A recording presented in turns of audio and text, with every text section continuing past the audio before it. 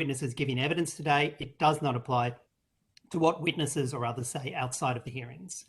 Secondly, committee hearings are not intended to provide a forum for people to make adverse reflections about others under the protection of parliamentary privilege. Please stick to the issues.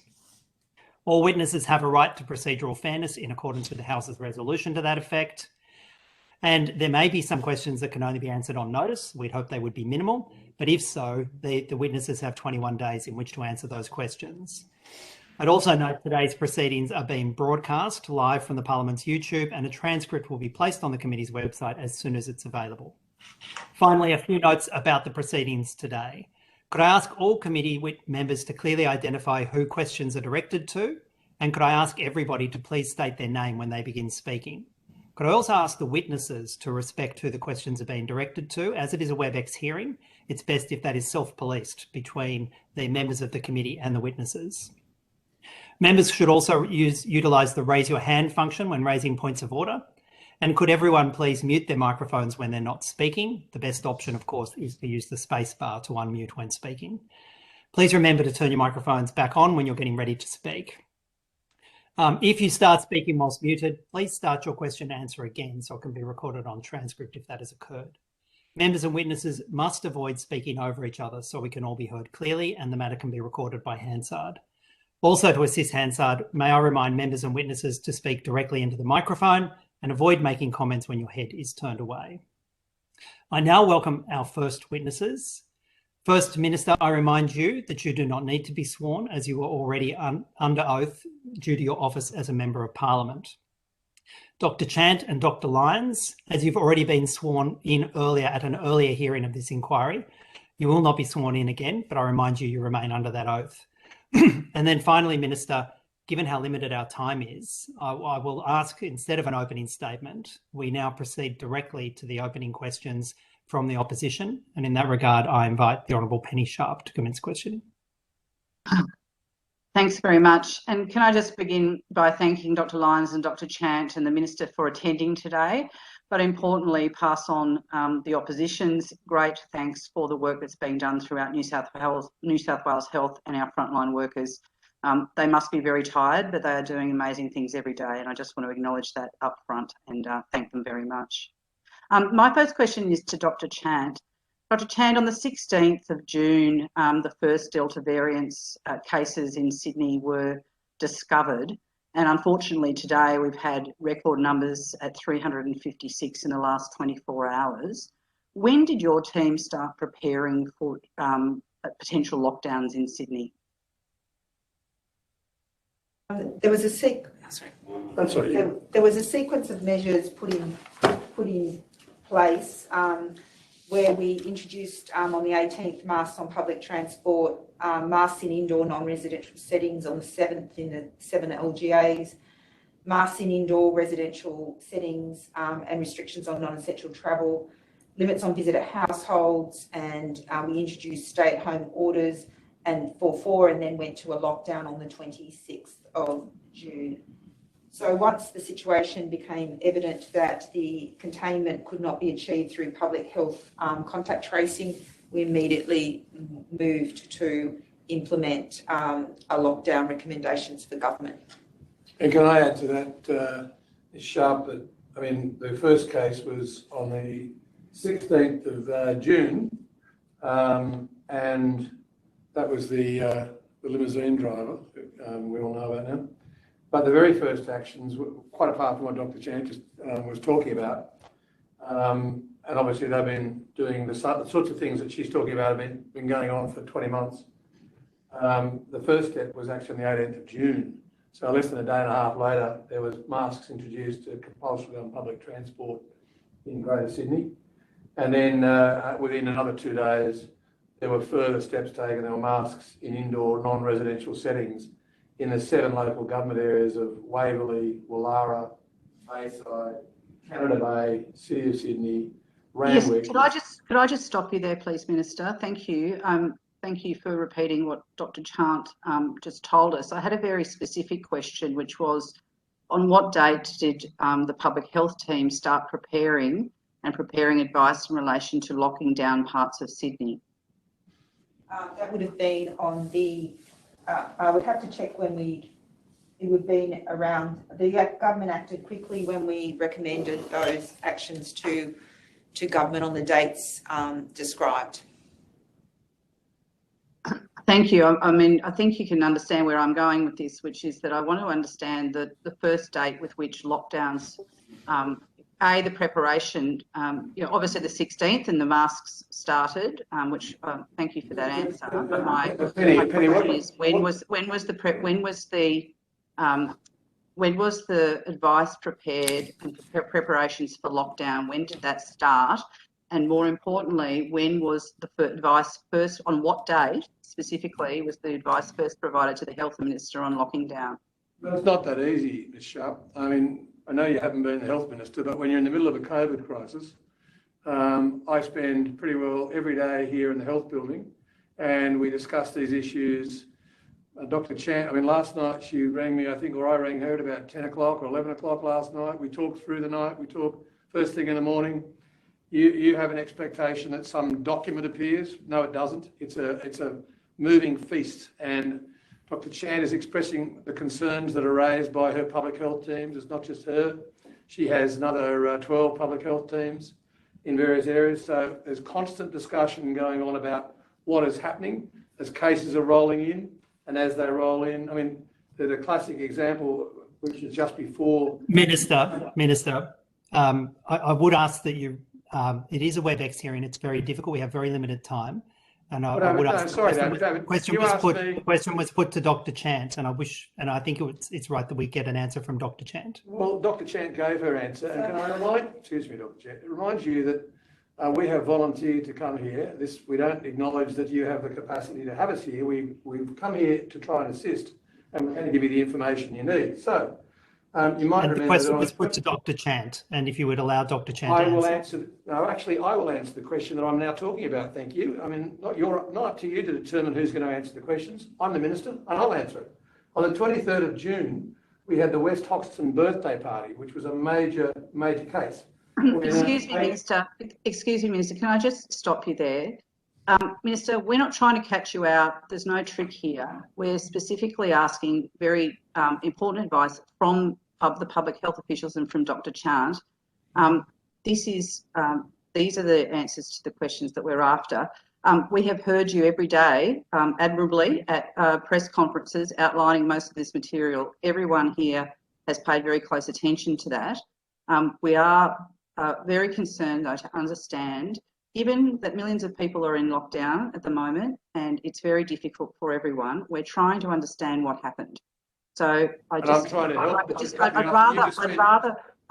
spend more time than it would have taken me to explain it, Penny. I'll go back to what I was saying. On the 23rd of June, Minister, I have questions for Dr. Chant that I'd like to get through. And I would really like it if you would allow her to answer those, please. Well, she has, and I'm now telling you that on the 23rd of June, there were 8 cases linked to a birthday party at West Hoxton. A person who had worked in the nail salon at Double Bay Hair Salon and was linked to the Bondi cluster attended that party. That caused a high level of anxiety and concern with Dr. Chant and her public health team, and obviously the government on that basis. Ultimately, 51 cases associated with that party alone, 30 acquired at the party, an additional 21 linked elsewhere. That's what caused it. And of course, you'd remember it was the Joe Bailey cluster, I think we called it. Yes, and Minister, if I could just stop you there. We are very well acquainted. We are very well acquainted with those. But you're asking the question and I have to be able to answer it. On the 23rd of June... Well, I'm actually asking the question to Dr. Chant. I'm asking the question to Dr. Chant. Minister and Ms. Sharpe. Can I just remind you... Minister, could I invite you? Minister, could I invite you, please? Could I invite you, please? If you insist upon continuing to answer, could you please complete your answer within 30 seconds, and then we will go to Dr. Chant. As I was just saying, that major incident then caused a high level of anxiety in the public health team, which then led to the 23rd of June major limits on visitors to households. But that's how it works. It's not just this is a document and that's what happens. And that's what Dr. Chant has just explained, and I had to put it in the context, and you need the context because clearly you don't understand. So, Ms. Sharpe, I invite you again to put your question to Dr. Chant. Thank you. We are looking for the precise date.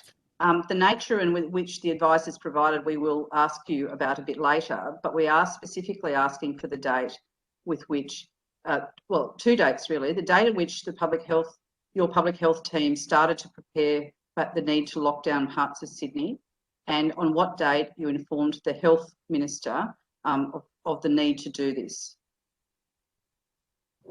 So there was progressive range of restrictions put in place, and on the 25th we briefed, we acted quickly. There were already preparatory orders that have been previous orders that form the basis of the stay-at-home restrictions. And so on that day, the government responded to our initial request for lockdown of the Wavy, Lagwara, Randwick, City of Sydney, and then quickly the escalating nature justified locking down the remainder of Greater Sydney. The lockdown did have effect in bringing the disease under control in southeastern Sydney quite quickly, but unfortunately it was unknown at the time that there wasn't containment of the West Hoxton Park party, and we believe that may well have, obviously more investigations will be done, genomic sequencing, and I've got to apologise for the committee that I haven't had the opportunity to go back and look at all of that. But there is concern that there was leakage at that point that was not recognised at the time. And then that led to establishment in southwestern Sydney. The lockdown was less effective in southwestern Sydney because of the lower testing rates, and the impacted community needed to be engaged with. And so there were a number of challenges in seeing the same effect we were seeing in the southeastern Sydney in that area. And there's been a range of strategies put in place to work cooperatively with the local communities to see the impact of the lockdown. Thank you for that. Prior to the 25th of June, did you provide information, advice, however you want to call it, to the Health Minister of the need to lock down? The lockdown. Again, sorry. In terms of the lockdown, there was an escalating level of concern and a range of restrictions put in place. But my advice around the lockdown was given on the said date, the particular dates. Yeah. Dr. Chant, I understand that you're not providing precise dates. Would you be able to provide on notice to the committee the escalating issues that were raised prior to the lockdown on the 25th? I'll answer that, because obviously those issues go to Crisis Cabinet, which is a subcommittee of Cabinet. But Dr. Chan is under oath and she's given you the evidence, which is quite clear, so she won't be providing any documents. Well, that's disappointing, Minister, but we will move on. Dr. Chant, you've indicated that you've been providing advice regarding further restrictions on people from Sydney travelling to the regions. When was this advice provided? Consistently, Public Health have indicated the risk of seeding regionally, and we've done a lot of work to prevent that. So there's requirements around testing for people going to the regions. We've certainly been doing a lot of messaging. We've been looking at opportunities to provide feedback on elements where the orders can be strengthened or clarified. As the Minister has said, we are actually asking people to not try and look for loopholes in the orders, but rather to comply with the intent. But we also were aware that our regional communities require critical health workers, critical other critical infrastructure workers, logistics, freight, and so I've got to say that there's clearly our concerns have escalated since the impact in Newcastle, and clearly that was just that's been linked back to a handful of people doing the wrong thing. Those individuals wouldn't have been, they absolutely were doing the wrong thing, and they seeded 2 separate clusters in Newcastle. And as I said, our public health team in Hunter, New England is working through with the community with the lockdown to attempt to bring that under control. And the actions to date have identified a number of cases, but there's been strong public health action put in place. And in relation to Armidale and Tamworth, those cases were people that had travelled back and were linked to the Newcastle cluster. So we have seen cases where people have wantonly disregarded and then we've seen some contacts with the regions where the testing regime has been useful in picking up and allowing us to have those early interventions. And I think Orange would be an example where, you know, freight and logistics. We've also worked with industry. I mean, a pandemic requires a whole of government response, and we've been clearly working with industry as well to ensure that they take sort of like COVID safe practices. So no touch, you know, when they're delivering freight, that they don't have any interactions with people, that other people when empty the truck. So we're looking at a range of measures to really protect our regions. We've also using our sewage survey. Sorry, Dr. Chet, could I just stop you there? Thank you for that. That's been very helpful. Would you be able to provide the committee with information on advice that you've provided for stronger restrictions since the beginning of the lockdown, and then be able to articulate to the committee which ones of those have been implemented or not implemented? Look, I think the Minister's indicated that we've provided a lot of that advice through crisis cabinet processes, so I'm not sure that I can specifically release those information, but I can talk in broad terms, because I think every time we go to the press conferences, I articulate the concerns. So in broad terms, we've been concerned about a number of elements. One is achieving mobility reductions similar to what was achieved in our phase 1 of our lockdown, and also the same level of mobility reduction as was achieved in Victoria in their stage 4 restrictions. That was our goal, to achieve that. And also, more importantly, to achieve that in the suburbs that were impacted. Now, what we've seen is that the mobility effect has been differential across Sydney, and that has been a challenge for us. And the reason for that is the southwestern Sydney and Western Sydney provide a lot of the workers that support food, freight, disability services, aged care, hospital and health, live in southwestern Sydney.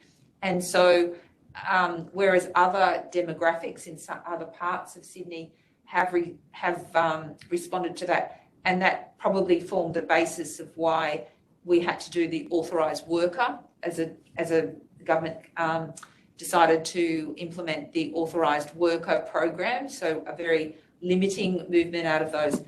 So we look at all of the data and clearly reducing mobility. We've also had advice around compliance. Clearly, it's very important that people comply, and we've raised issues around the need to remove barriers to getting tested and other aspects as well. Thanks for that. Minister, why hasn't the advice to further restrict mobility into the regions been implemented by the government? What advice are you talking about? Well, it's clear that there are issues in terms of seeding in regional New South Wales, and Dr. Chant, in her very diplomatic way, has indicated that she has been concerned about this for some time, and we know from the regions that there are real concerns about the number of people from Sydney, accepting that there are people with legitimate reasons that need to travel to the region, that need to travel outside of Sydney, that there are too many people travelling on weekends, etc. It seems very clear to me that Dr. Chant has indicated concern about that. I'm wondering why there haven't been further restrictions implemented by the government on this issue. As a colleague who is normally very careful in your words, can I say that you're putting words into Dr. Chant's mouth, and that's not at all fair. Each of the steps that has been taken have been taken in consultation with Dr. Chant. But can I stress, Dr. Chant is the public face. She also has 12 public health teams, and she takes advice from those public health teams. So, for example, in the case of Newcastle, she would be she received advice from the Hunter New England public health team, and the advice is on the ground advice as to what is appropriate and what's not appropriate. That the process is then that she gives that advice to me, and we talk about the issues, obviously, and she talks to others in here in terms of the other parts of health. It's not just the public health team. Any actions that we take have to be operationalised, because if we announce something, we have to know that we have the capacity to back it in, either from the police side or from our own health team. So, for example, with pathology at the moment is a real challenge, because obviously up until I think early last year that we were lucky to expect even getting 40,000 tests done a day. Minister, our time's about to expire. Can I just ask one final question? I'm sorry. Either I get to finish the answers or I'm not going to bother. Seriously, I've got to... Minister, I just want to ask one question before our time expires. Minister, I'd just like to ask one question to Dr. Chant before our time expires. Finish the answer to my question. And Minister, I'm just going to ask one question to Dr. Chant. Have you provided recommendations on stronger measures than what the Minister and Government have adopted? Can I just tell you, Dr. Chant gives a range of advice which is discussed with the rest of the public health team and the health team here in New South Wales. And that advice then goes to the crisis cabinet, and involved in crisis cabinet is the economic issues, the mental health issues, the public health issues, the operational side. And so when you say stronger, that's like saying, oh, I want a ring of steel. Well, what do you mean by that? What do you mean by that? It just seems to me that... thank you, Minister. I think the context is useful. The first speaker said this wasn't in some sort of gotcha moment, and all you're trying to do is carry on like... Minister, the context is useful. The question was directed to Dr. Chant. Well, if you can't, look, I appreciate the context, but I also note the short amount of time we have today. So I appreciate the context, and I'd now invite Dr. Chant to answer the question. So obviously in controlling case numbers, we want to see the effective reproductive rate down beneath 1. And so we want to see declining numbers. Clearly, there is no silver bullet for that, but what you want to do is make sure you've got effective recognition of cases and contacts and that good public health contact tracing. You also want to limit the opportunity for people to mix and reduce mobility. Things like mask wearing can further mitigate that. So in terms of, clearly, I want to see a range of actions taken that reduce the disease, the R effective beneath 1. As I said, we monitor those metrics, and but it is complex because we are wanting people to behave. I should say that we did observe that the community response to this outbreak was different from the first wave, and we didn't see the same changes in mobility patterns as we did with the first wave. And I think that bears out the fact that we've been probably through this for 20 months and there's, fatigue in the community. And also the vision from overseas probably was not as scary as it was in the first wave, given we have got vaccines in those countries overseas at higher levels. So look, I do want to say that we continually review all of the metrics, such as the mobility data, estimated R effectives. We're supported by research organisations which assist us. We are really, we're working and providing advice across industry, how we can minimise workplace outbreaks, because our key issues at the moment are workplace outbreaks, and then those workplace outbreaks seeding further households. And then the second one is households. And thank you, Dr. Chant. I do remind you the question was about measures that you've recommended. So measures, apologies. So in general terms, the broad measures would have been increasing compliance, things that reduce that mobility indicator, and also things that go to how we can better support surveillance testing, rapid diagnosis, those types of elements of the response, which would reduce the time it takes us to identify cases and can institute those public health I control think- measures. Yeah, I I'll think now my pass the time- questioning over. Oh. I'll now pass the questioning over to Ms. Cate Faehrmann. Thank you very much, Chair. And I just firstly wanted to extend our thanks as well, the Greens' thanks to the health workers in New South Wales and yes, to you, Minister, and you, Dr. Chant, for all of the work you have been doing over the last really tough 7 weeks. I just wanted to kick off questioning in relation to the Premier's commitment around the 50% coverage of vaccinations, meaning reduced restrictions. Specifically to you, Dr. Chant, if I can, the Doherty Institute modelling shows that 50%, 60% or even 70% levels of vaccine coverage would not allow for relaxed restrictions unless we're prepared for a massive uptake in hospital admissions and death. Professor Doherty himself has actually said if we open up at 50%, that would be insane, and that at 70%, we are going to have to be massively careful. Dr. Chant, who carried out the modelling showing it's okay for us to start relaxing restrictions at 50% vaccination coverage? So in terms of the Premier's comments, I think she's very much reflecting the evidence base around the Doherty modelling. And I think what it's important to say is we are in a very strict lockdown. This is stricter than the lockdown we've had in the first wave.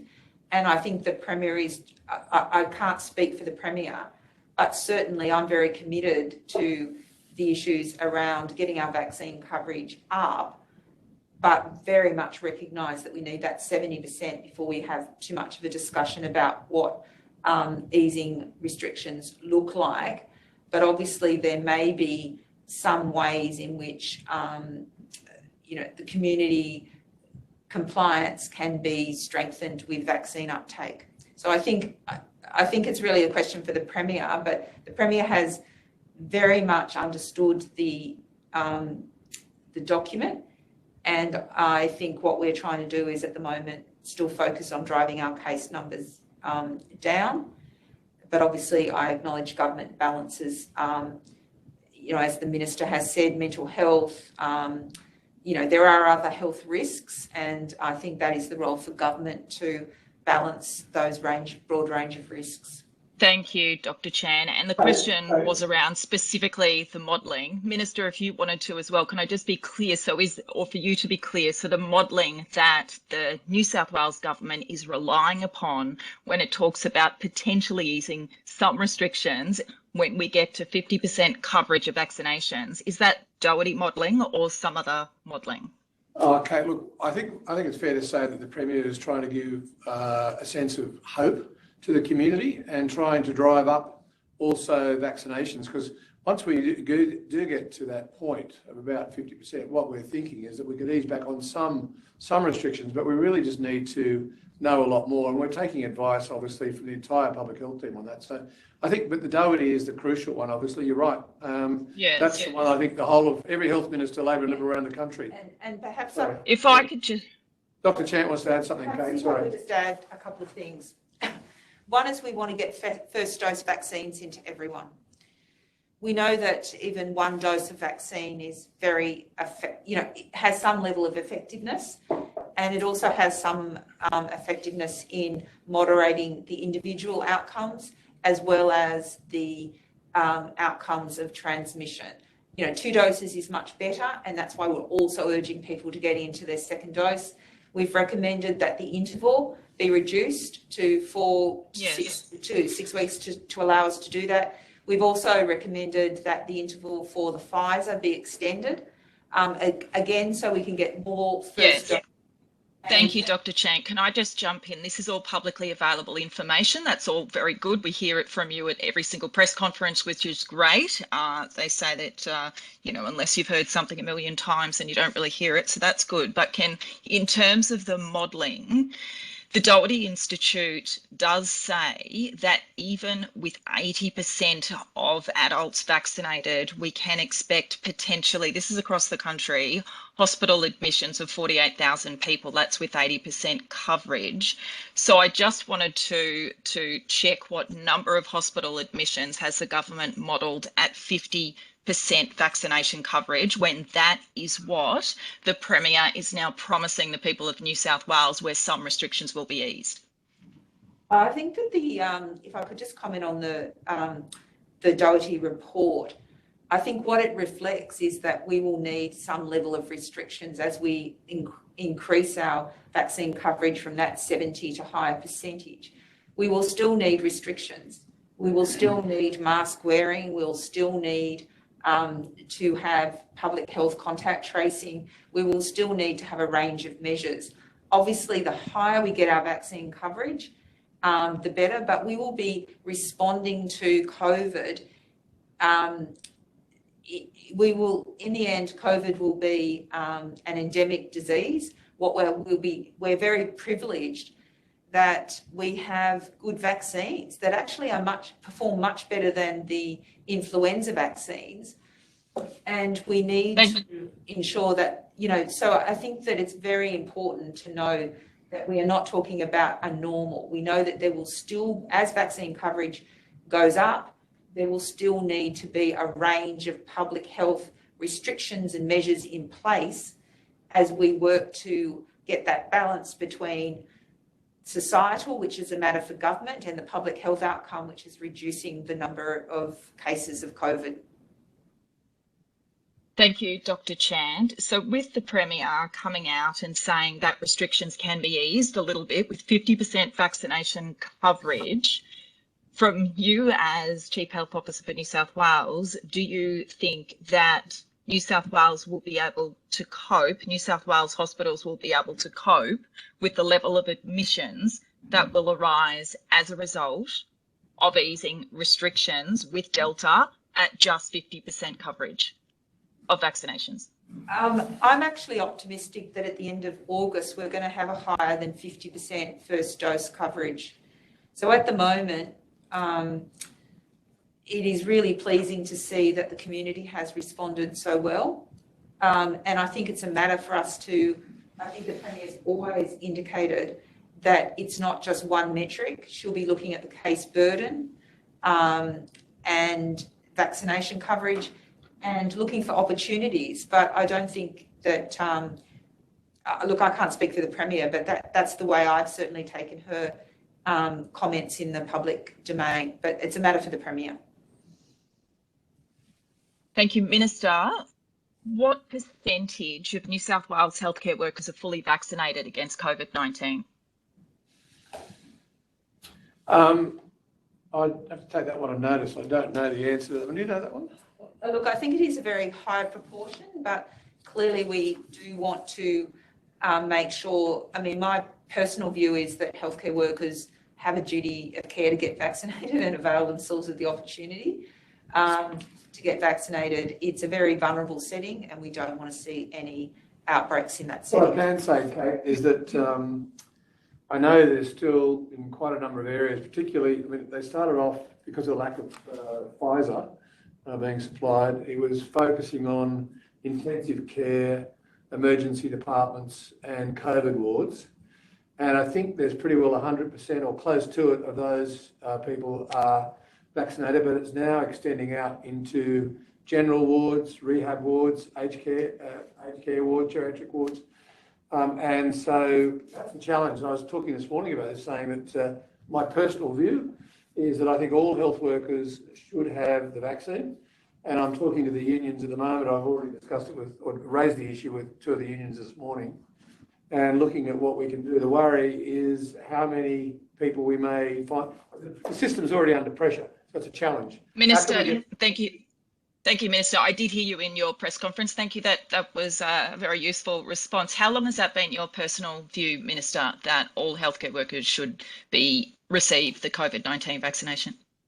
I've always thought that, but I think that the issue is that the advice that I get back from health over the various months has been that there's a problem of actually having enough staff in the system to actually do the job that's necessary, because there are a percentage of the staff who haven't had access as yet to the vaccine because of the shortage of supply of the vaccine that was allocated to the state government by the federal government. And there's also the additional issue, there might be a percentage of them that who don't have a desire to be vaccinated. So vaccine shortage, maybe some that don't want to have it. And so that's what creates the issues that we need to address. Thank you. I'll throw it to my colleague, David Shoebridge. Thanks, Kate. Dr. Chant, could I just pass on? I've had multiple people contact my office, countless people, with gratitude for the work you've done. And I pass on my personal gratitude as well. And Minister, you also have my personal gratitude for the public service you've been doing in your role as a Minister. It is genuinely appreciated. Thank you. Dr. Chant, the discussion about 50% vaccination rates, is that in the discussion that you've had with the Premier, is that 50% of adults having at least one vaccination shot? Is that the 50% figure we're talking about? I think what we're talking about is, in general terms, we know that countries have countries where the vaccination coverage is high, but can I also make the point that the vaccination coverage has to be... Dr. Chant, it was a very, with all due respect, we have very limited time, and it's a question. Okay. The question was quite specific. Is that the 50% figure we're talking about? Sorry, David, can I just say, Dr. Chant is very tired. She works 18 hours a day. I think you've got to let her have a little bit of license to answer the question fairly. No, I appreciate it. I'm just trying to work out what the 50% baseline figure is. Is it 50% of adults 18 plus with at least one vaccination shot? Is that the 50% Just figure? give her a go, David. So I think at the moment, the messaging is really around the fact that we do need to see those immunisation rates high. Now, clearly the Premier has used a target, but the Premier is also well versed with the Doherty report and its contents and the implications. What we are doing is, at the moment, is making sure that the community accesses the vaccine, both vaccines if they have access, and more importantly, they've got to get that vaccine into the areas that have got lower vaccination coverage. And that's because it doesn't matter if we had a 50% overall coverage, but if communities have very, very low levels of coverage, it causes us problems as well. But in terms of the target, we're very much minded and following the Doherty report, and understand that it is not about going back to COVID normal at a particular level. We have to progressively lift our vaccination rates, but at the moment we also have COVID cases. So we also have to adjust and respond to a changing situation. Thank you, Dr. Chant. It would be fair to say there is no support, though, is there, in the Doherty report for the lifting of restrictions once you get to that 50% target figure. Have you provided advice, or is it your opinion, that it is safe to commence lifting restrictions consistent with the Premier's statements?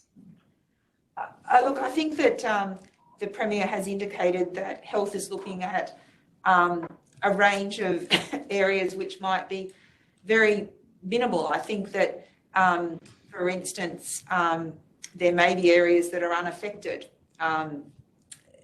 such as Shell Harbour or areas like that. So I have not provided specific advice about any restrictions I would be prepared to ease.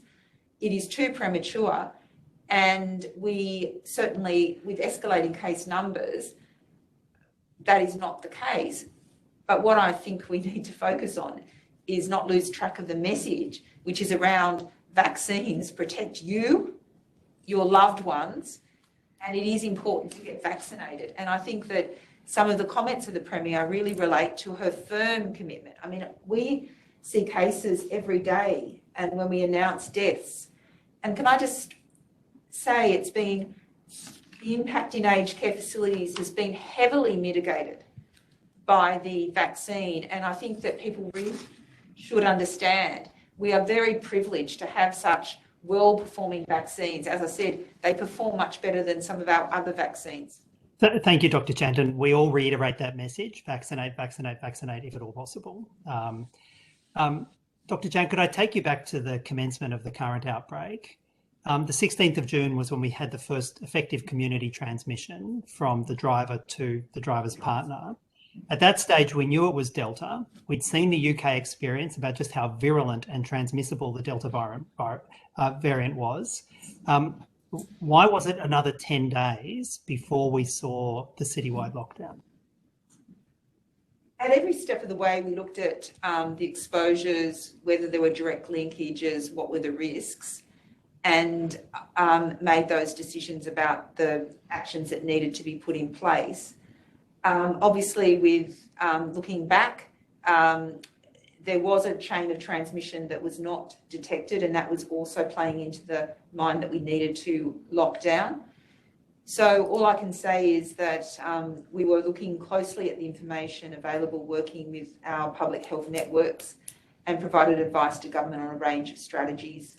And as I said, the outbreak was actually brought under control in southeastern Sydney. It was really around when it got introduced into southwestern Sydney that we saw the escalating case numbers. And I think, to be fair, it needed a different response in southwestern Sydney.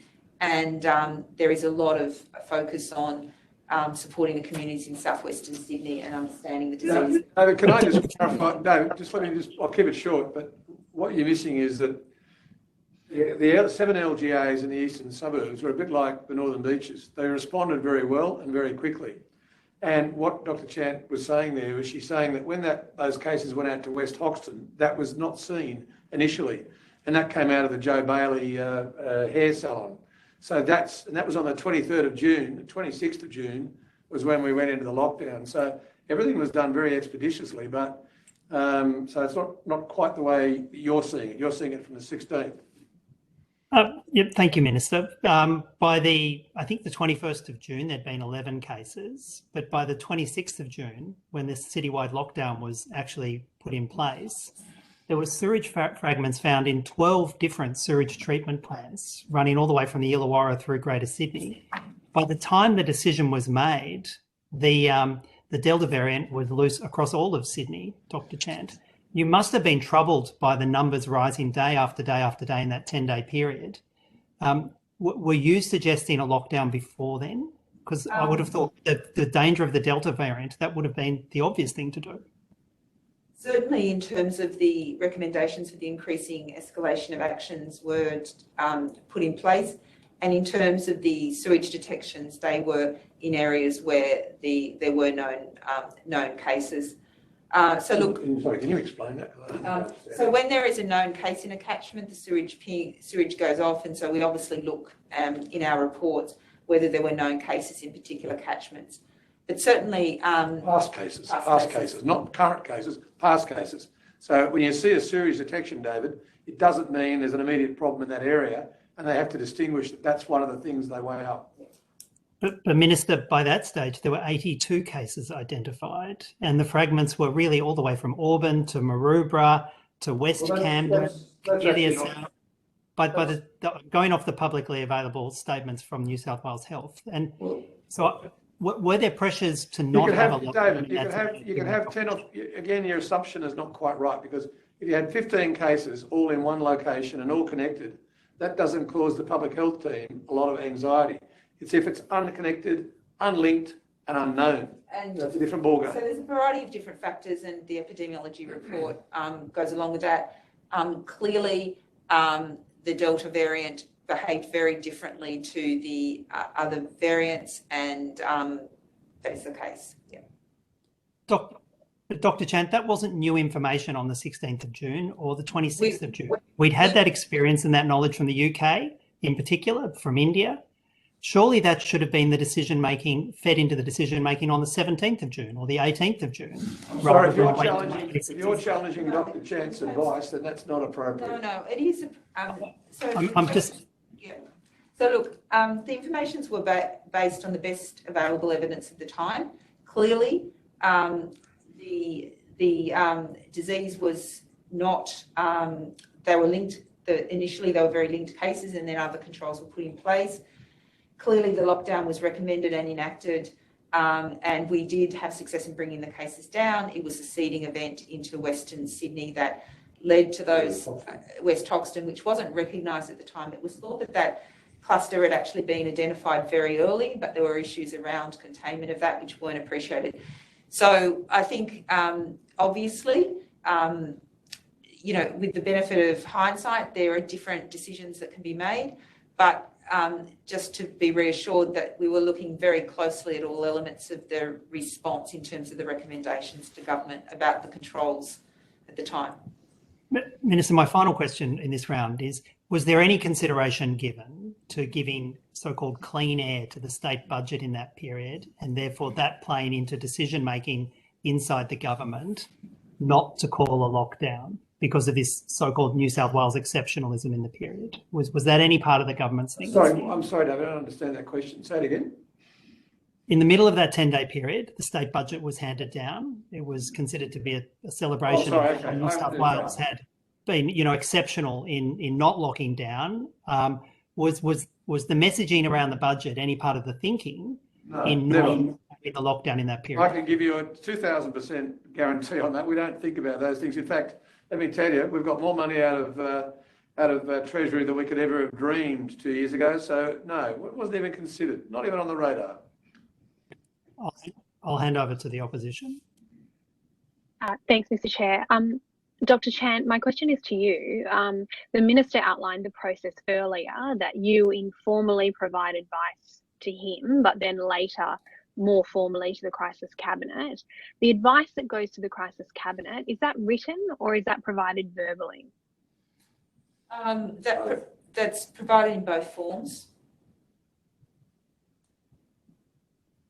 Okay, and the written documents that were provided, are they the documents that have been provided to the committee? They wouldn't be because they're Crisis Cabinet, they're Cabinet Subcommittee, Courtney. Minister, sorry, Dr. Chant, your recommendations, your formal recommendations to the Crisis Cabinet, are they verbally provided or are they written down? Written down And verbal. So if there's obviously a discussion of an item, I have the opportunity to comment on the public health views, but I do note that government will obviously have to weigh up and balance a number of other competing views. Courtney, that's what I was trying to explain before, but I was stopped because giving you context is important.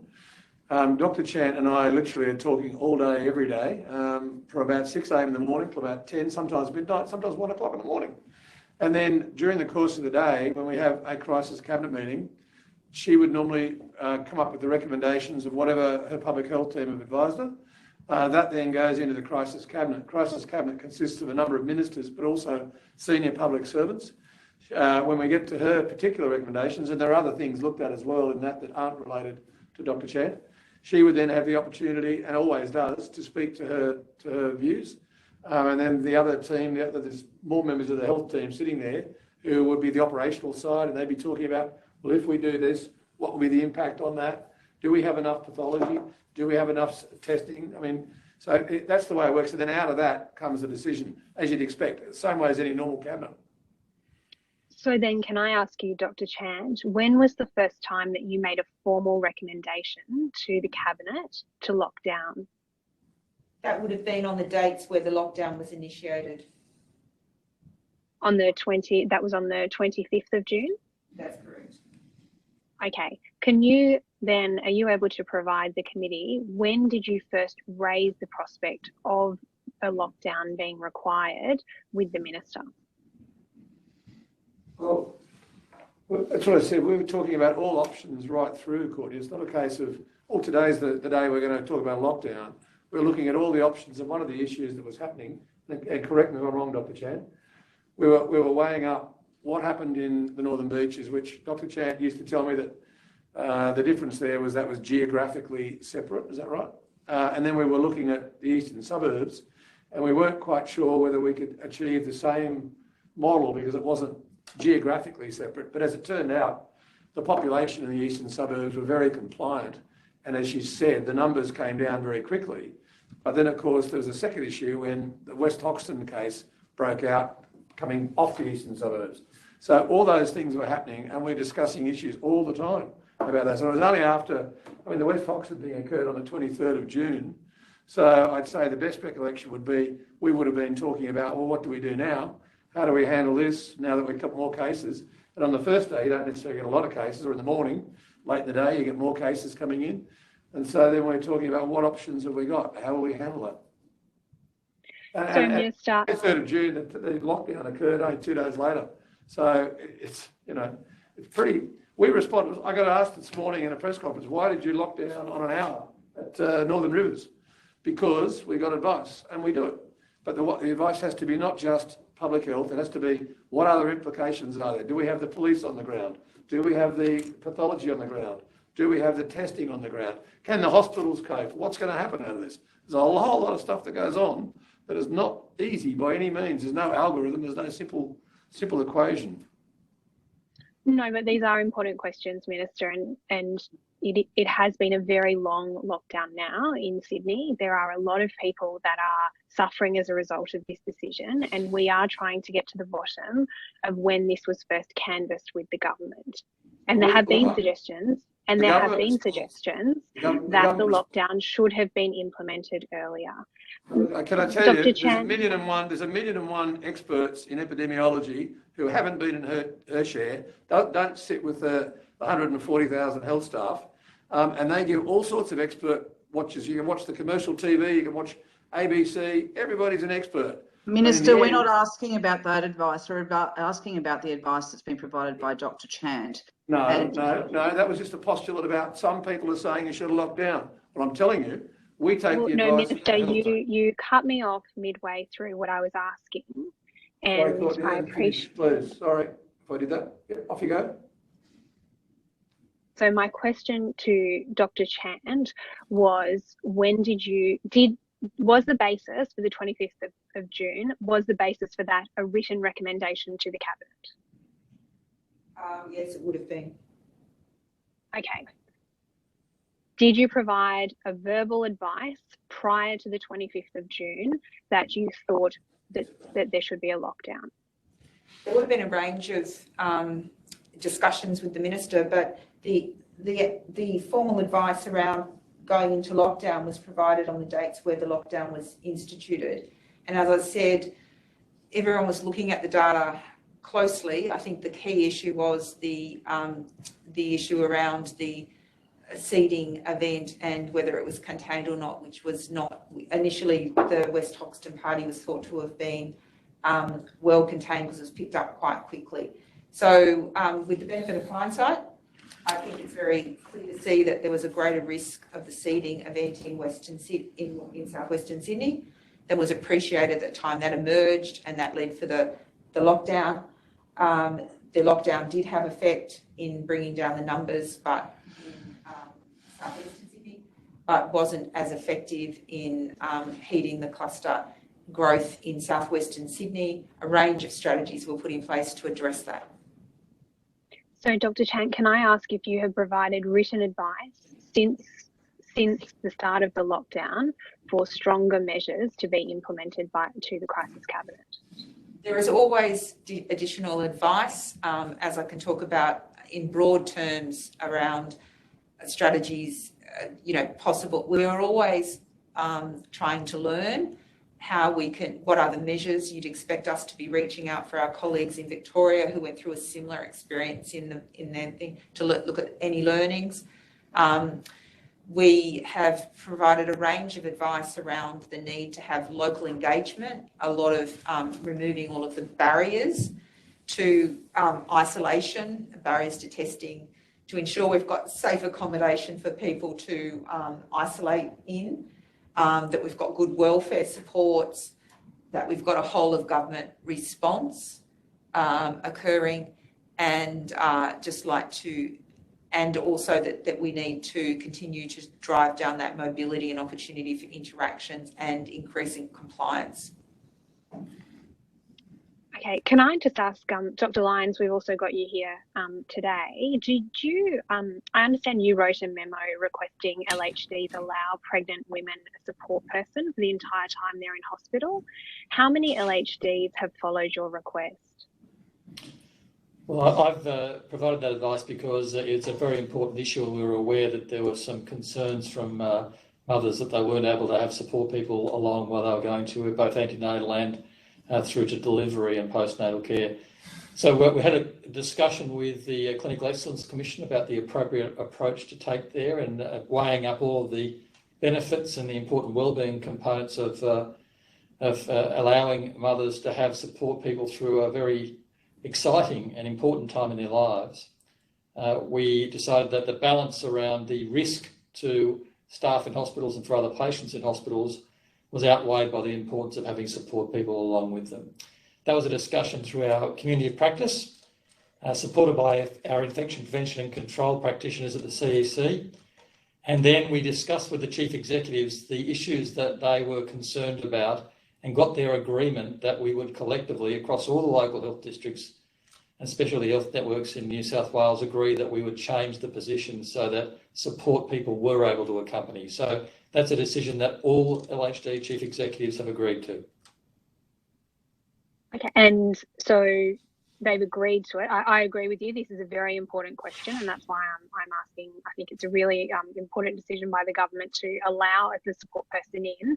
I'm just interested then in the implementation of it. It's now been implemented across every LHD. Is that correct? That's my awareness, and we've been responding to any concerns that have come from people who had, after that initially went out, it took a couple of days to make sure it was implemented effectively. And we did have some initial concerns raised back, and we addressed those directly with the hospitals.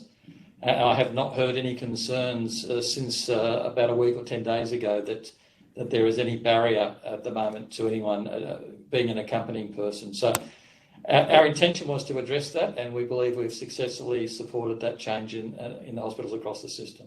Courtney, can I just say on that, I think the system's pretty big, but I've been asked a few times by individuals that husbands or partners or partners, whatever it be, but they've been excluded. And on each occasion, what I've done is I've run hospital management and just reminded them of the general direction that's been put out by New South Wales Health and asked them to strike the balance. I think it gets a bit tricky when they're right in a really hotspot area, because they're feeling worried. And so some of the health staff are making their own decisions on the ground, but each time we've been able to remind them that this is important, that partners, if a woman is giving birth, she should be able to have a partner there, a partner or something, whatever the partner is, or whoever the partner is, and they should be able to support the partner, support the person giving birth. So if you've got any cases like that where it hasn't happened, let me know and I'll chase it up for you. Thanks very much. Dr. Chant, I wanted to come back to you on the question of the reproductive rate, of the current reproductive rate of the virus. Do you have an accurate assessment of what the current reproductive rate is? So clearly the R effective is tracking around or just above 1. So that's not where we want it to be. Where we want it to be declining R effective. Do you have beneath 1? So you expect that you are aiming for it to be below 1? That is my desire for it to be beneath 1. Can I just explain? Can I explain? If it's below 1, it means that we're not seeing the growth. That's just the yes, technical aspect. So that's why Dr. Chant's saying she'd like it to be less than 1. I understand.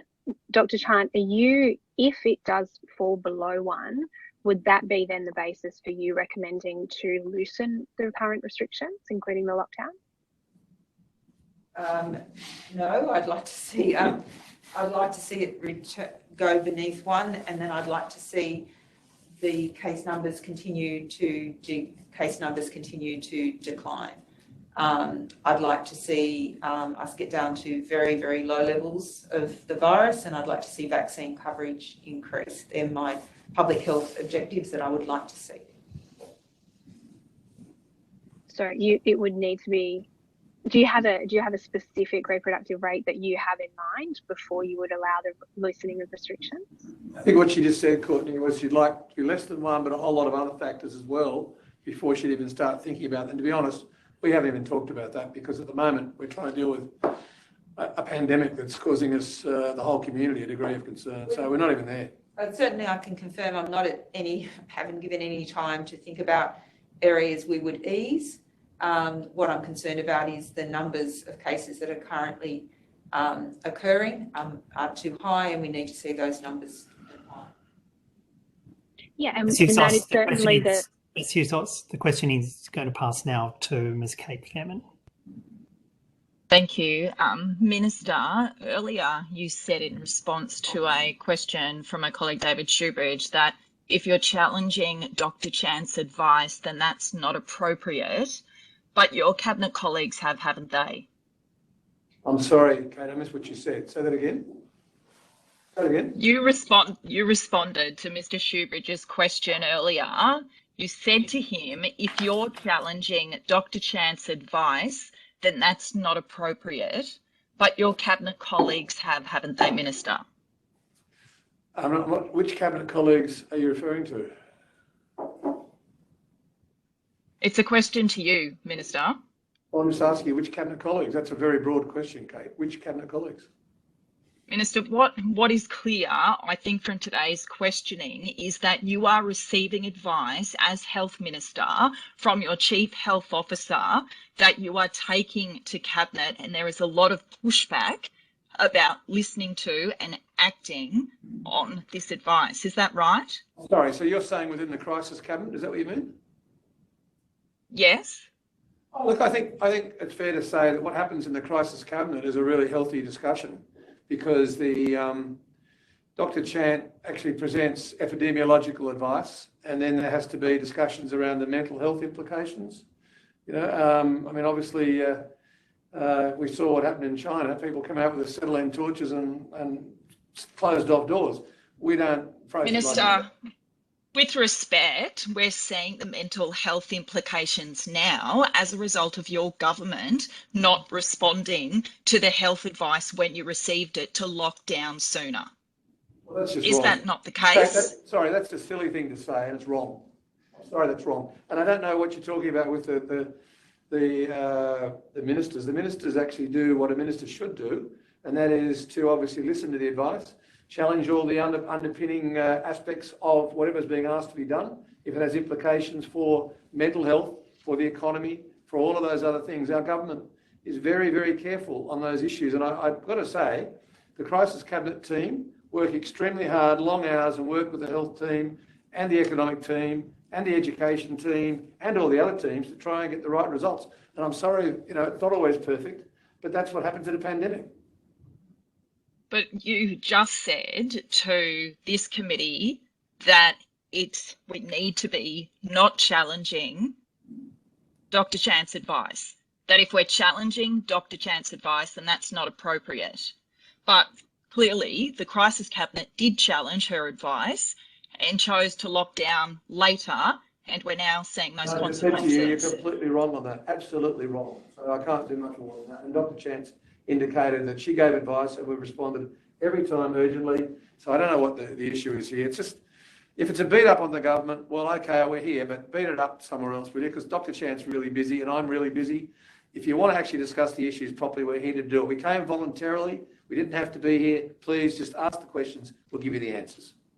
Minister, why won't you release the advice then that Dr. Chant provided the Cabinet to assure this committee and to assure the public that you listened to the Chief Health Officer in the middle of a pandemic to lock down when we locked down? Kate, you didn't just listen, because she just told you quite clearly that we responded as quickly as humanly a government could. So I'm sorry, you're just wrong, plain wrong. And we're not going to release Crisis Cabinet documents or Cabinet documents to you. If you want to be part of the government, Kate, join the government, but you're not. Minister, we'll go to vaccinations. The New South Wales Health has a policy, and I think you alluded to it earlier, that is the policy for occupational assessment, screening and vaccination against specified infectious diseases. And this includes hepatitis B, tuberculosis and even the flu. 6 people have now died as a result of 2 partially vaccinated healthcare workers at the Liverpool hospital contracting the virus and passing it to patients.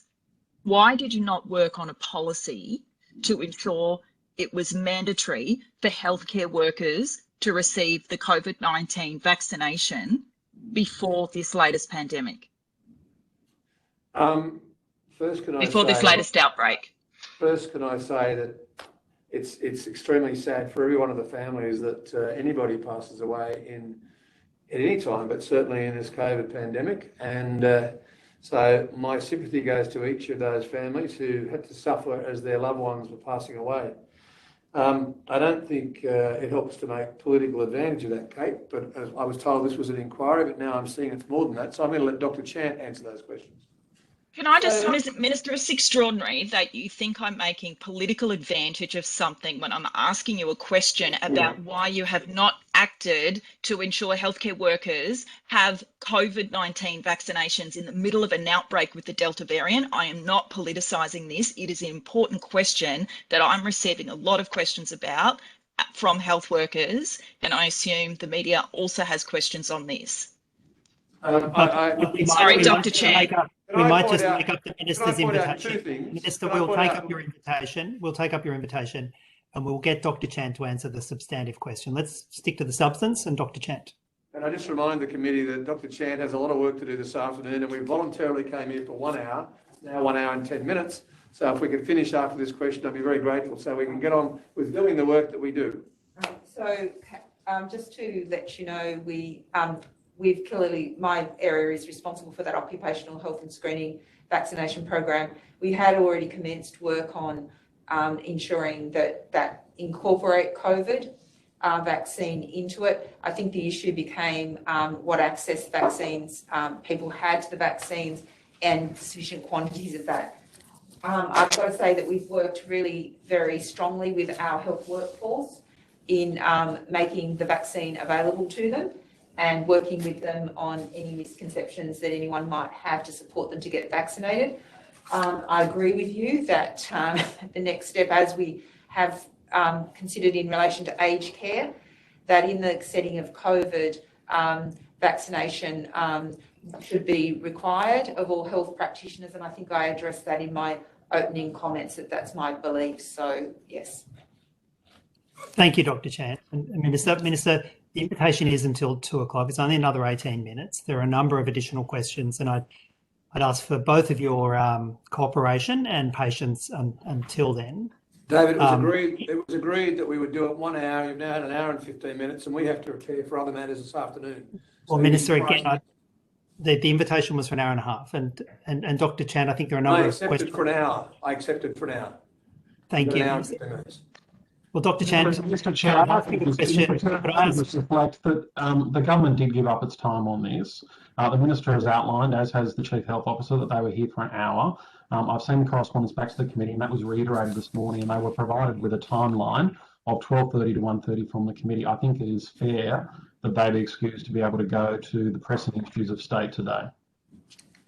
Thank you, Mr. Farlow. I will note that was a proposition that's been put before by the government members, but a majority of members on the committee have resolved to have this session continue until 2 o'clock. And again, I'd invite Dr. Chant and the Minister to spend the next 17 minutes answering questions rather than having a procedural debate. David, I appreciate Minister, and I do appreciate it. I know it's hard. I know you're tired. I agree for 1 hour. You've had 1 hour and a quarter. That's it. Well, Dr. Chant, I will ask this question of you. Dr. Chant, you and the Minister have both referenced the West Hoxton incident, which I think occurred on the 19th of June, but was very clear to you by the 23rd of June that was an incident causing real concerns about the spread of the Delta variant. Is that right? Look, I'd have to refer to the particular time that we were concerned about more escape into the community. So I'd have to just refer to my thinking at that time. Unfortunately, I'm not trying to be evasive. I just haven't had the opportunity to go through that time sequence. But clearly, yes, that is the concern. That at the time it was felt that it got there very early, that everyone had been isolated before they would have become too infectious because of the time sequence. But that turned out to be not the case in that circumstance, or at least, I think there are concerns that the controls around that cluster were not in place. And it was the 23rd of June, David, when the announcement was made about the West Hoxton cases. Not the that's what I understood you said earlier, Minister.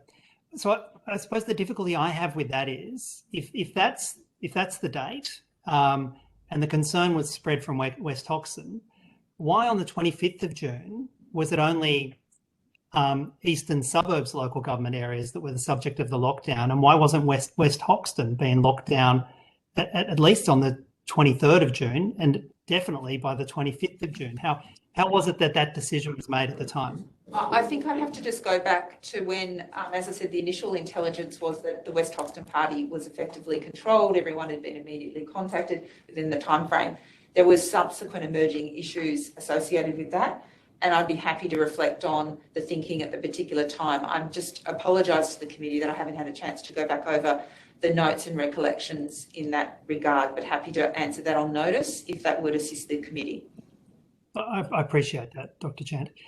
Dr. Chant, at the moment, there are significant efforts being made to provide vaccines to people in the construction industry to ensure the construction industry is open in part. Do you have any idea of the number of vaccines or the proportion of vaccines that are being directed towards the construction industry at the moment? My understanding is that AstraZeneca is being made available to constructions workers, I think on a Sunday at a Sydney Olympic Park. That's part of an initiative to increase vaccination coverage, and we're aware that a large number of construction workers live in those areas. Yeah. I've had a number of people contact my office, and I'm sure I'm not alone, very concerned about the fact that there are efforts being made to vaccinate construction workers before we have universal vaccination across New South Wales public health workers. And people are suggesting that that is a very curious direction of resources in a pandemic, that firstly, we should ensure every health worker is vaccinated before we stretch limited resources to construction workers in a pandemic. David, this is getting a bit ridiculous. You're holding us up here while we should be doing the work that we need to do, while you tell us you've had some cases. I'll answer it very clearly. There's a heap of AstraZeneca. That's what's going to the construction workers. Your question is out of order and wrong. So could I perhaps clarify? And a waste of time. Could I perhaps clarify that there's efforts going on every day to vaccinate the healthcare workers. So the healthcare workers in all of the clinics are prioritised. A number of the districts have put on mobile little units that are taken ward by ward to provide access. So the districts' CEs are clearly aiming to vaccinate all of their health workers in a better setting in terms of on-site and making vaccine available to workers. And I just would urge all healthcare workers to take up the opportunity to get vaccinated. But they're more local initiatives at the hospital, and that's one part of their, obviously, of health and safety responsibilities. Thanks. Dr. Chant, there's been a lot of disruption to HSC students with the government's initial announcement and then pulling back from the decision to put HSC students back in Greater Sydney on the 16th of August.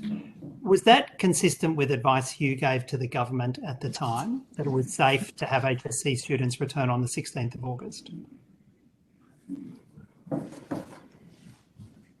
So clearly with the numbers so high, my advice was that it was unsafe to have anything that increased movement and mobility. And clearly a range of strategies measures were put in place so that it allowed for those welfare and balancing those COVID risks with welfare checks on HSC students and allowing them to access perhaps their art and other small group learning.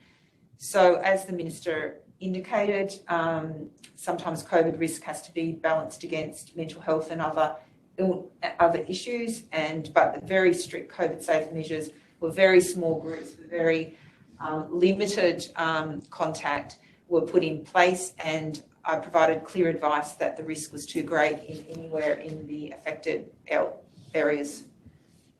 When did you provide that advice? David, we are in the middle of a pandemic. We agreed to come for 1 hour, and you're just asking questions which are just aimed at just having a go.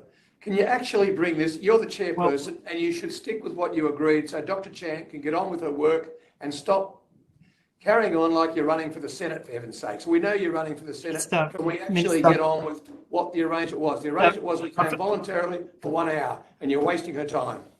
Minister, I think that the committee has endeavoured to ensure this is an even-tempered exchange of information.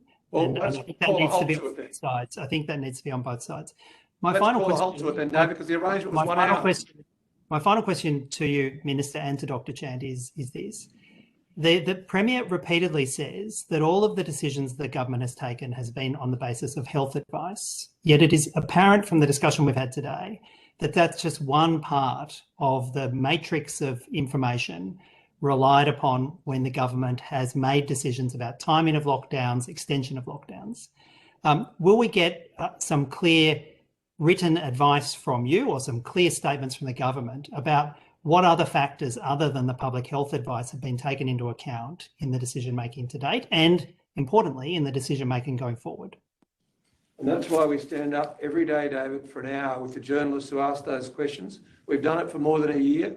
And every day we talk about the economic issues, the mental health issues, the educational issues, the transport issues, the police issues. And I'm sorry, if you haven't been listening, that is not our issue.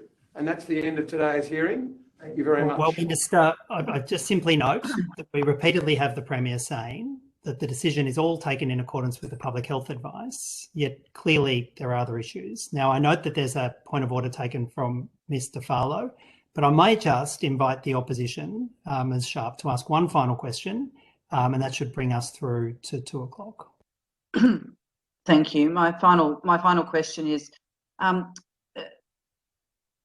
Minister, the Premier indicated a week ago that she'd be fully complying and working well with this committee, particularly given that Parliament is suspended and we have very limited ways to actually ask the questions. She also indicated that she would make available the health advice with which decisions are being made to this committee. We have had a letter from DPC that says it's difficult at the moment, but we'll look at the documents. Today you have said that you will not be providing any documents. Is that the case? I won't be providing crisis cabinet documents, Ms. Sharpe, but I'll also say this, that this inquiry in committee, when we were asked to appear, we agreed we would. You don't have power to actually have us come here, but we came and we volunteered to do that. I actually thought it was a ridiculous proposition in the middle of a pandemic to take away the Chief Health Officer who's working 18 hours a day and sometimes longer to do what we're doing, but we've done it. And we agreed to 1 hour. That deal's been broken. So at this stage, if you have any further questions, you address those to the Premier, because we're not answering for the Premier, okay? Well, that's very disappointing, Minister. We're not asking questions on behalf of ourselves. We're asking questions on behalf of the millions of people who are in lockdown, who are doing it very tough, who every day you ask to to take on trust that we're relying on the best health advice to take the issues that we have. And we share that information. And your boss, the Premier, agreed that she would be providing documents to this committee that would help us interpret that and provide information and provide oversight about that. If you're not going to provide that, Penny, we have shared the information with you on numerous occasions. We've had we've had meetings with all the Labor Party, we've had meetings with the Liberal Party, we've had meetings with the National Party, meetings with the Independents. We talk to you all the time. We talk to the public every day. But right now, this is a bit silly. An hour and a half in the middle of a pandemic. It would be the first time in history that in the middle of a war, a parliamentary committee is called an inquiry to ask us, well, how did you make your decisions? We've told you what we can. We've given you the best we can. But now it's just getting a bit silly. If you've got questions to the Premier, ask the Premier. Don't ask me. Okay? We will. Minister, I can assure you the committee will continue to do its work and continue to do our job of trying to hold the government to an account. We won't have a history lesson about the way parliamentary oversight has happened in other moments of crisis, but I simply note you were wrong. And I also note that the Premier of Victoria made himself available for the better part of a day to the oversight committee there. Many people look to the level of transparency in Victoria as a higher standard than we've seen in New South Wales. So I hope that we can have a more productive exchange at a future hearing. I do know that other members. I think that was just a further political questions. statement by you, Mr. Shoebridge. So thank you for that political Minister, statement. I do know that other members had exactly further what you've been doing. questions. I do know that other members had further questions, so it's unfortunate we've run out of time. But I think the most fruitful option to take at the moment would be to thank Dr. Chant for your attendance today. Minister, thank you for your attendance today. To the committee members, I'd like to thank you for the respectful manner in which you've engaged in the questioning. We're doing this on behalf of some 5.5 million people in lockdown, and we appreciate as much transparency as we can get. Thank you. And to those on the broadcast, we will now have a brief break, and the committee will resume broadcasting again. Well, the committee will resume its deliberations at 2:15. Thank you.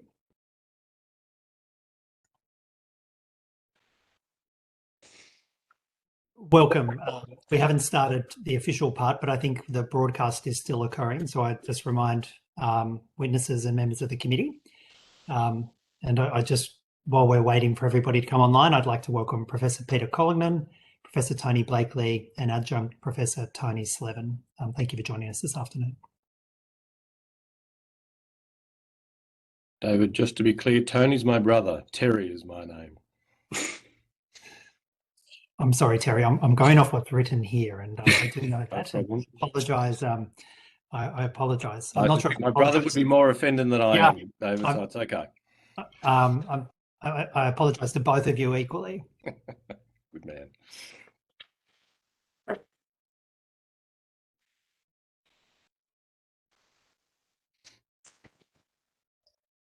It being 2:15, I will formally recommence the hearing.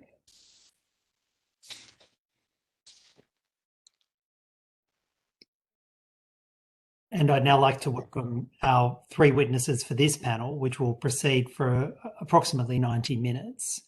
I will have to get each of you sworn in as witnesses, and I might just commence that now. So starting with Professor Collignon, could you please state your full name and position title and take either an oath or an affirmation? And I think you've been provided with the words.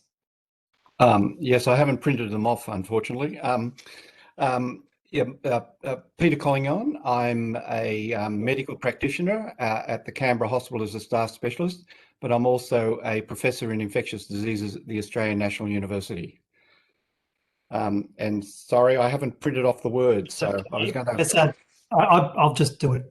I'll just administer it to you if that's okay. Do you swear that your evidence that you'll give to this committee will be the truth, the whole truth, and nothing but the truth? If so, please say I do. I do. Thank you. And Professor Blakely, if you could please state your full name, your position title, and if you have the words in front of you, read onto the record either the oath or the affirmation. Thanks, David. Anthony Blakely, Professor, University of Melbourne, Epidemiologist and Public Health Medicine Specialist. I solemnly, sincerely and truly declare and affirm that the evidence now about to be given by me shall be the truth, the whole truth, and nothing but the truth. Thanks very much, Professor. Professor Terry Slevin, could you please state your full name, your position, and then again, take either an oath or an affirmation? Sure. My name's Terry Slevin. I'm Chief Executive Officer of the Public Health Association of Australia. I hold an adjunct professorial title with the ANU College of Medicine. And in terms of the oath, I'd invite you to help me in the way you helped Peter, if you would, please. Thank you, Professor. Do you swear that the evidence you're about to give will be the truth, the whole truth, and nothing but the truth? If so, please say I do. I do. Thank you very much. I'd invite each of you, if you choose, to give a brief opening statement, and otherwise I'll pass over to the opposition for the commencement of questioning. But in the order in which I swore you in, the opportunity for a brief opening statement. I presume I'm going first. I'm Peter Collignon. I'm trained in infectious diseases and in pathology and microbiology. So I have a joint position looking after patients and also in the laboratory, including doing COVID testing at the Canberra Hospital, and I'm a staff specialist.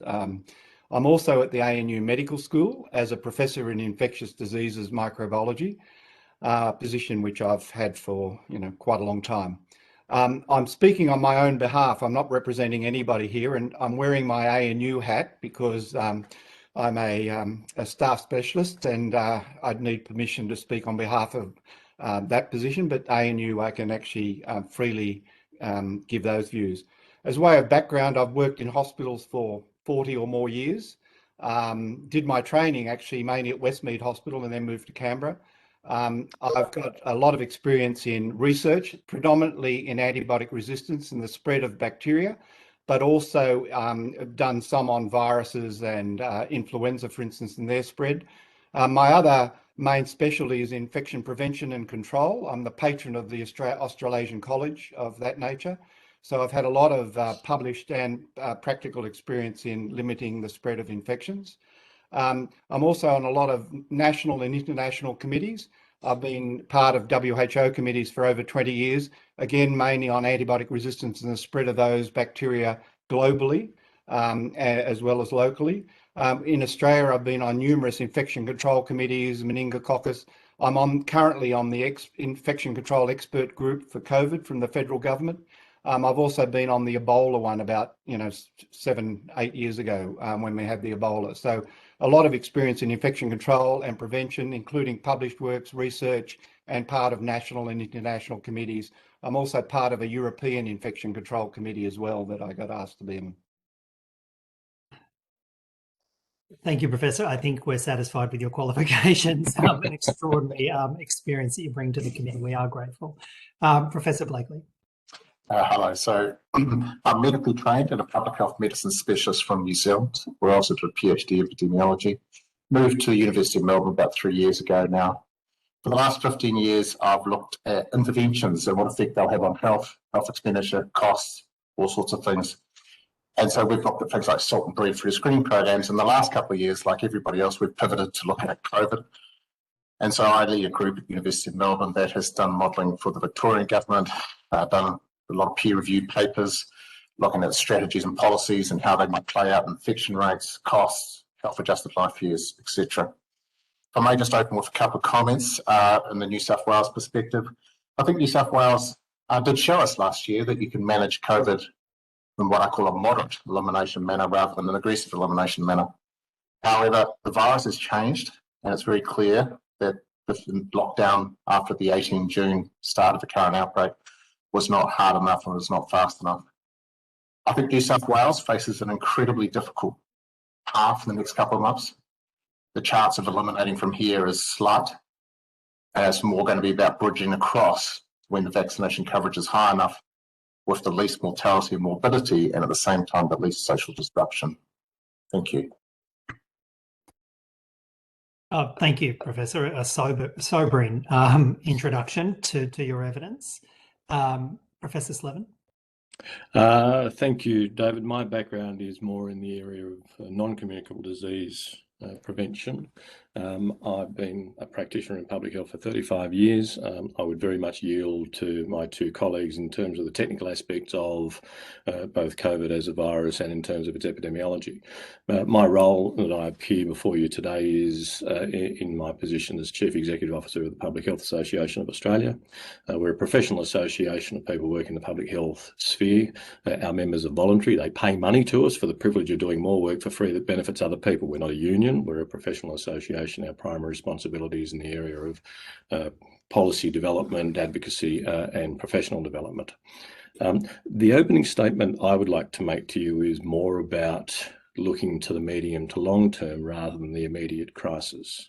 It's very clear with today, with the highest number in the pandemic so far in New South Wales being announced, that the urgent is absolutely trumping the medium long term and the important. And my concern relates to the capacity of not just New South Wales, but all Australian governments, both state and territory and Commonwealth, and our capacity to respond to this pandemic as it evolves. And clearly we can't see the end of the tunnel yet.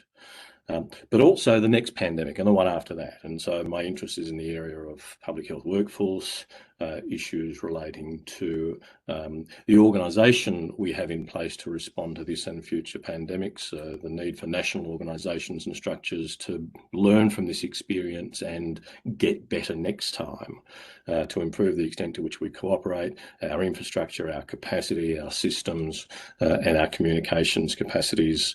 And so my evidence is primarily going to be focusing on that long to medium term, and on the immediate technical aspects I will most certainly be deferring to my colleagues.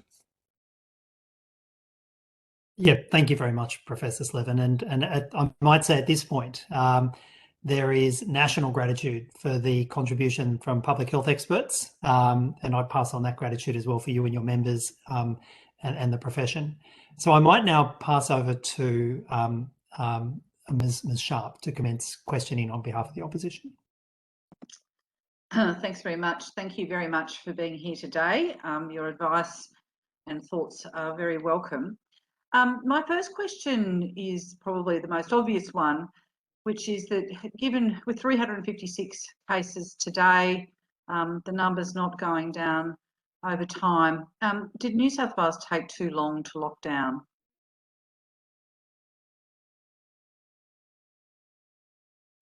I'm not sure who. I'm not sure who was going first. Perhaps you, Professor Blakely, given that you started. Sorry, Can I briefly make an observation to all committee members? If you could, when you ask a question, if you could nominate the witness that you would most prefer to answer, and if I could ask the witnesses when you are answering for the benefit of Hazzard, if you could, I know it's going to sound repetitive, but if you could at each occasion commence the answer with your name, that would be really gratefully accepted on behalf of Hazzard. And I'm sure I've failed in that at different points throughout this committee, so if we could keep reminding ourselves. Tony Blakely, the answer to your question is yes. The lockdown was too slow, not hard enough, and has actually got New South Wales into the predicament it has now, and the rest of the country exposed to incursions. That's a simple statement of fact. The vast majority, I don't actually know an expert outside of New South Wales who in that period from late June to early July wasn't bewildered by why there wasn't stronger action being taken at that stage. But I also want to emphasise the past is the past, and there's been different ways of managing this pandemic all around Australia, all around the world, and we've learned from that diversity, and we've learned from this. We now know that the New South Wales approach, emphatically, I think we could have predicted it in advance. In fact, I do believe we could, but we emphatically know that the New South Wales approach of that, what I call moderate elimination of last year, is not enough for Delta, and the Premier agrees with that herself now. It's utterly clear. So I think the emphasis today is about thinking, how do we get through this and what do we do next? But that's my answer to your retrospective question. Peter Collignon, can I make a comment? Look, I actually think even in retrospect, that's a bit of a hard question to answer. Do you lock down with 1 or 2 cases per day? Because that's probably what you would have done. In retrospect, I think the answer is yes. I think it would have been better if they'd locked down earlier. But when I look at the numbers, they basically locked down some local government areas. I think, about the Thursday when there were still not a lot of cases, but it was the Friday and Saturday that they really kicked up. And my view always had been about lockdowns is that you want to avoid them. But if you've got a lot of mystery cases and you get a large number of cases, then it starts overwhelming. You have so many places. So I think, the answer in retrospect is yes. But even if I look at the figures, what I worry about is these super spreading events. And I was particularly worried personally about that Double Bay hairdressing salon that had 3 infected workers and 900 customers. And I thought, oh, this is going to be really bad. Perversely, I don't think that got bad. But what was the real problem was that seafood place where I think on the following day after the lockdown, of the 30 cases, 10 were related to that seafood. And I think the problem when you've got any establishment that distributes food and it is cold and refrigerated, and I look at the Cedar Meatworks in Melbourne last year, you get a lot of cases and you spread them. And the other trouble is they're essential workers. So even if you'd done a lockdown, you may not have stopped those people from moving around. And even when I look at over the next week or so, I was optimistic. Oh, look, they've got this under control with this lockdown. The numbers were sort of flat and even going down a bit, and then they kicked up. I think it was about the 10th of July. I'll have to look at the exact dates. It's in the epidemiology report from New South Wales Health. But it actually looked like, oh, you're getting on top of this. And the real problem I have with lockdowns, if you do them, my own view is there's no point doing them for less than 7 days, and you probably have to do them for 14 days because the average incubation period is 5 days. And, 14 days is why we put people in isolation, because they can pop up. So providing you've got reasonable contact tracing, then I would think, well, there's some number, and obviously it's less than where they went. But, and if you do a hard lockdown, does that mean the whole state? As it is, it's still been local government areas where it's really kicked up. I mean, in the eastern suburbs where it all started, it has gone down. Even in Fairfield, it's gone down with the current restrictions. A lot of the problems, I think, is people not following the rules. Now, how you do that, you can't just do it with police. You've got to have behaviour of the group. But to some degree, I think even in retrospect, I think it's a little bit difficult to be dogmatic. And if you are, what number do you pick? Should you have done it a week before when you only had 10 total cases and 2 a day? I would think most people wouldn't have said that, because I think that's when you would have had to do it. And you still may not have stopped it because of these essential workers, particularly in the food industry. And I think that's still the problem now. As it was, as I understanding in Melbourne last year, it's essential workers getting infected at work, bringing it home and spreading to the family, and then people not necessarily following the rules. And even one of the big spreading events was that party on that Saturday night of the lockdown. And again, that shouldn't have happened, but it does happen and it spreads it. So, I still think it's a little bit difficult, but I do actually think in retrospect, it would have been better if they'd gone earlier. Harder, I'm not sure. If you look over the next 1 week to 2 weeks, whether it would have made a difference. It's when people break the rules, and that can happen even when you've got a lockdown. Professor Slevin, are you going to have a quick go at that one? If I may call you Penny, my response to that is that the retrospectoscope is an extraordinarily useful tool sometimes. It's important to put this in context. Australia has done extraordinarily well in the response to this pandemic compared to most countries around the world. And we can see the comparative international data, and that's fairly self-evident. And one might argue that one of our greatest advantages, that dirty great big moat around us, provides us with an extraordinary advantage compared to many countries around the world. Nonetheless, the public health workforce, my membership, the people who have been advising governments from the beginning have done their very best, and there aren't any perfect answers. And it's important to understand that there's no country around the world that has done this perfectly. And every single day, the public health workforce are being invited to predict what's going to happen next week, next fortnight. And that can't be done with precision or perfection. Now, there is the balance that we've seen debated over the last 18 or longer months in Australia about the relative merits of locking down and the adverse effects that go with those, and they're undoubted, versus the benefits that are achieved by them. And various turns of phrase, ring of steel or whatever else it might have been, are shorthand for expressing harder or less aggressive responses to the pandemic. And the truth is, I think we'll be studying this for 10, 15, 20 years to come to get a better understanding in the context of a virus that continues to evolve and mutate and change.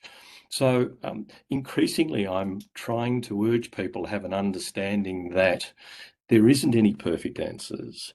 Certainty has gone out the window. It's not available to anybody. So it is absolutely a combination of the best available science that we can get access to in a changing environment, in a challenging circumstance where every single decision is front page news every hour of the day and has been so for 18 months. So there's real people making these decisions, and they're under extraordinary pressure. And at times you see that pressure showing, and sometimes showing in extraordinarily public ways. I don't know anybody that's perfect. I don't know anybody that's dealt with this perfectly, but my exhortation is to try and shift more of the emphasis away from blame and focus more on reasonable decision making and finding the best possible way forward. And there's a range of things before us that we can see that we can do constructively. And yes, we should debate the best way forward. But I would like to see that done with a greater level of regard and respect for the people who are absolutely doing their best and busting their guts to respond to the most extraordinary assault on public health we've had in a century around the world. Thank you. Can I just be very clear? I'm not seeking to apportion blame. I'm trying to ask questions that will help us, A, on the way out, but also goes to my next question, which is on the way in, which is really about the information and governance and decision-making structures. Obviously, this morning we had a long discussion. We're all pretty familiar with how Cabinet works, and we understand the process from, you know, at the top of the chain through the Chief Health Officer, and you know, we all think that Dr. Chant's been doing an extraordinary job, and her team have been doing that as well.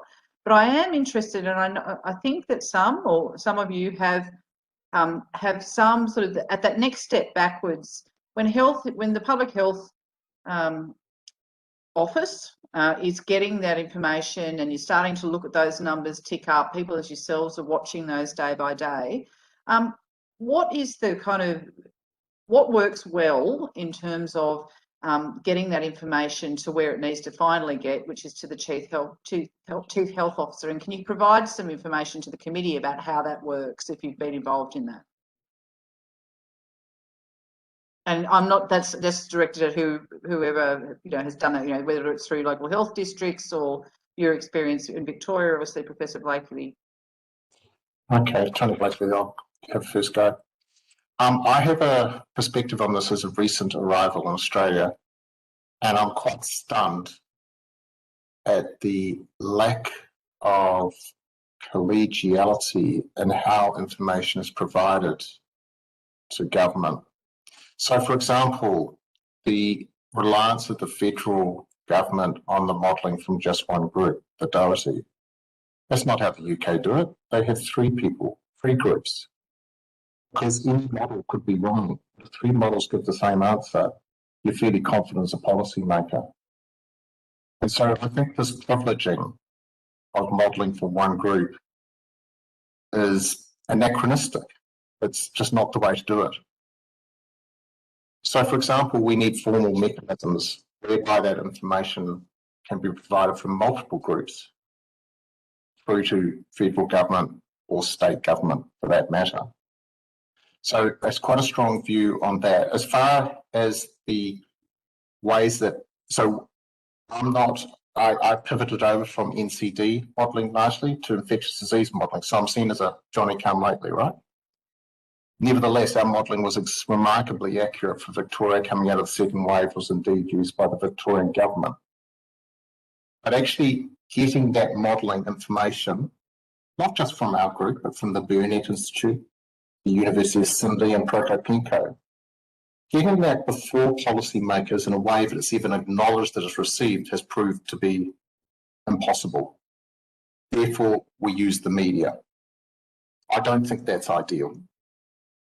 To that end, I'm happy to say that our group, the Burnett, University of Sydney, and also George Mill at University of WA, we're launching this Friday or next Monday an initiative which basically just combines all that modelling in one place so the public and policymakers can see it in one place. And we're going to emphasise when the models agree and when they disagree to try and get past this idea of this privileging of information from one place.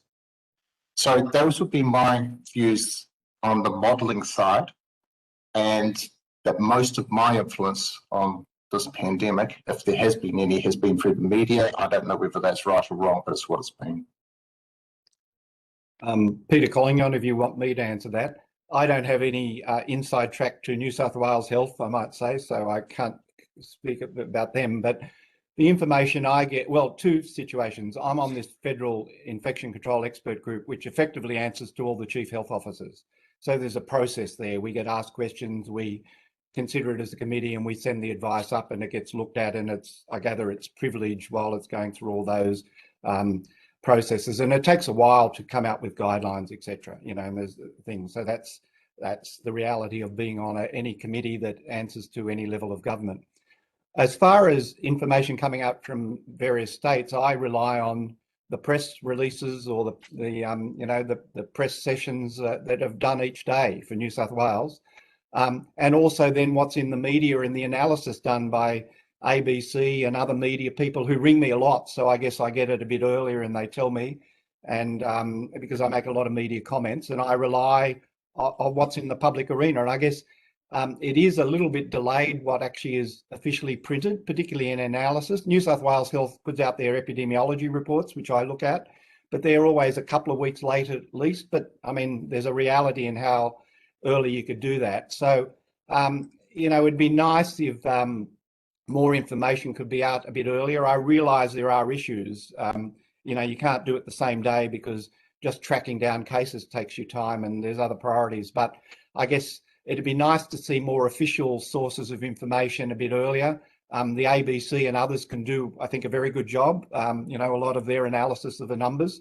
And I use a lot of that, plus you do your own. And I really rely on colleagues. Nationally, we, by email and others, we say, oh, what about this? And you make some decisions on that as well. So it's an informal network where I get a lot of my information until the official figures come out. Thank you. It's Terry. In Yes. terms of the infrastructure in New South Wales, it's important for you to understand that in terms of public health infrastructures in Australia, New South Wales is probably out in front. And that's not because of the actions of this government or the government before that or the government before that. In 1988, there was efforts put in place by Dr. George Rubin and Dr. Sue Morey to establish a public health infrastructure in New South Wales with the Metropolitan and Regional Public Health Network. And along with that, they established the Public Health Officer Training Program. That's been going for more than 30 years. And just looking at some of the metrics of that they've reported to one of our recent conferences, there's been 190 enrolments into the Public Health Officer Training Program. And another Professor Slevin, 108. Yep. Thank you. Sorry to interrupt you. I just realised I've only got about 3 minutes left of this session. This is my little bit. So, and I've got one particular question that I wanted to get to. So I'm sorry.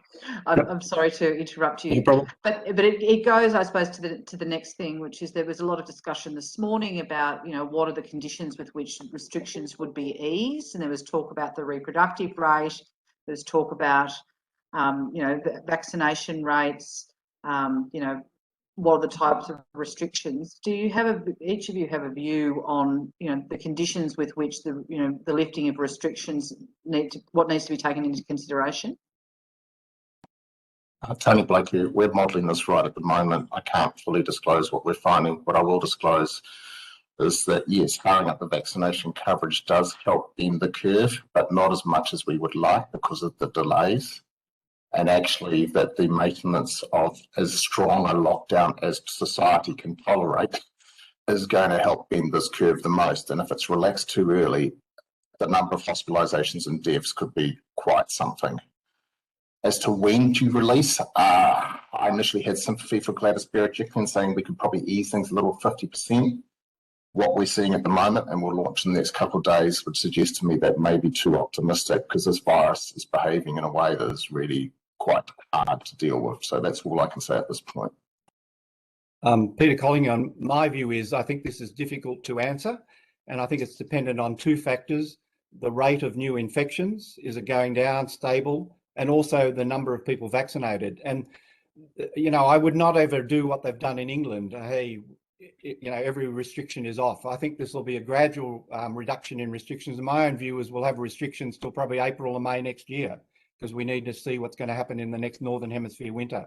So, and the other thing is, even if you relax it, how many people can you visit your home? There's going to be restrictions on that for quite a while. And the reason, I think with time, and I think it'll be more November, we will have to change from looking at the number of cases to the number of hospitalisations and deaths, because this will eventually become a pandemic in the unvaccinated. And there'll have to be a change of focus. At the moment, I think it's got to be on cases because the consequences are still quite significant because we haven't got enough people vaccinated. But come October, November, particularly when winter and early spring is over, so viruses spread less often, plus we'll have more people vaccinated, then I think it's a different viewpoint we probably have to adopt. I guess it's Terry. To add to what Peter said, I think all of that is right. Add to that, the monitoring that's going on in relation to the cases that are active in the community prior to being diagnosed is also going to be an important metric. But I think Peter is right. It's going to be longer rather than shorter in terms of being able to safely come out of restrictions, and the restrictions and how stringent they are will have to be adjusted. And again, it's a trade-off. And the trade-off is, what risk are we prepared to take in terms of the health of the population, the most vulnerable, as against the freedoms that are being sacrificed to protect those people. There isn't a perfect answer. Ms. I'm Sharpe, not helping at all with that, but thank you. I'm sorry, but uncertainty is what we've got. No, I appreciate that. Thank you very much. I think the Greens have got questions now. Yeah, thanks, Ms. Sharpe. You predicted time as well. Ms. Faehrmann? Thank you, Chair. I might go to you to begin with, Professor Blakely. We've just had the Health Minister on this morning, and when questioned about this 27th of August deadline and the promised 50% vaccination coverage to allow us to have some restrictions eased, the Health Minister said it's about providing people some hope. You've just maybe dashed people's hope by the science and the public health evidence and expertise that you have. So does it look like, and I don't want to kind of throw a wet blanket over all this, because it is important for people to have some hope, but it's also important for people to have the right information and be able to plan and know what's ahead of them. You are saying essentially that the 27th of August deadline is going to lead to too many deaths for the government to consider relaxing restrictions then? Tony Blakely speaking. So both Peter and Terry mentioned this. It's about how you release. Okay, so as far as the 27th of August, and pulling back a sec, New South Wales up until a little while ago had two choices. Go hard, go for elimination, get it down to zero, and then join the rest of the country through to November. I think that's largely gone now, unfortunately. Or a messy bridge across until October, when the vaccination coverage is high enough that we can manage it better. It'll never be perfect. We're in that camp. So on the 27th of August, if you, New South Wales, suddenly released and went to a soft lockdown across the whole state, it would be bad. The numbers would go up quite horrifically. But that's not to mean to say that there's not some targeted things that can be done with Kerry, Chant and crew looking closely at the data. So, for example, there may be parts of the construction industry you can let back. There may be other industries that you can provide a little bit more access to. But I fear it's not going to be as much as what we had hoped. And I myself hoped it would be more by the end of August. And I think having some form of targeted relaxation when you get to 50% is actually, it's desirable if not essential, because we have to have some positivity and some carrots for the population. But please don't think this is going to be celebration day when you hit 50% on the 27th of August. It's far from that. And there will be a trade-off. By relaxing a little bit, if I draw a curve, there's your case numbers going up, and maybe by the 27th they've just peaked. If you relax, it'll take to that long to get down, whereas if you stay tight, it'll take that time. And you've got a trade-off. What do we value the most? A bit more liberties, and we'll take it till December before we pull them down to 100 per day, or whatever it is, the prediction at that point, or do we stay hard and get to 100 by the beginning of November? What are the predictions? But that's the choice function. Thank you. The Doherty Institute modelling is certainly frightening, even under 50% vaccination coverage with light restrictions only. It does suggest nationally potentially 10,300 deaths. So that's with 50%. So this is kind of what we're dealing with. Can I just ask about the capacity of our hospitals, and potentially to you, Professor Sleben? I was informed that, in fact, when the Northern New South Wales went into lockdown last night, Lismore Hospital had no beds available, and Byron Hospital also was very low on beds. Are you concerned? Do you understand the capacity or lack of capacity in regional New South Wales, particularly when it comes to available ICU beds? And is that a concern? Does the government need to do more in that area? The short answer to your question is no. I don't know enough about the capacity in terms of ICU beds in regional New South Wales hospitals to answer your question with certainty. But as a principle, it's certainly the case that the kind of modelling that Tony and Doherty and others have been doing is in large part about informing, answering questions of precisely that kind. But New South Wales Health, through its public health unit network, does have the answers to those questions. There's 15 or 16 public health units are based largely with the public health hospital systems, and they do have an intimate understanding of their regional capacities with regard to their clinical response. And I'll defer to Peter on that front with regard to the relative number of severe cases versus mild cases, etc., and more what kind of clinical intervention is necessary.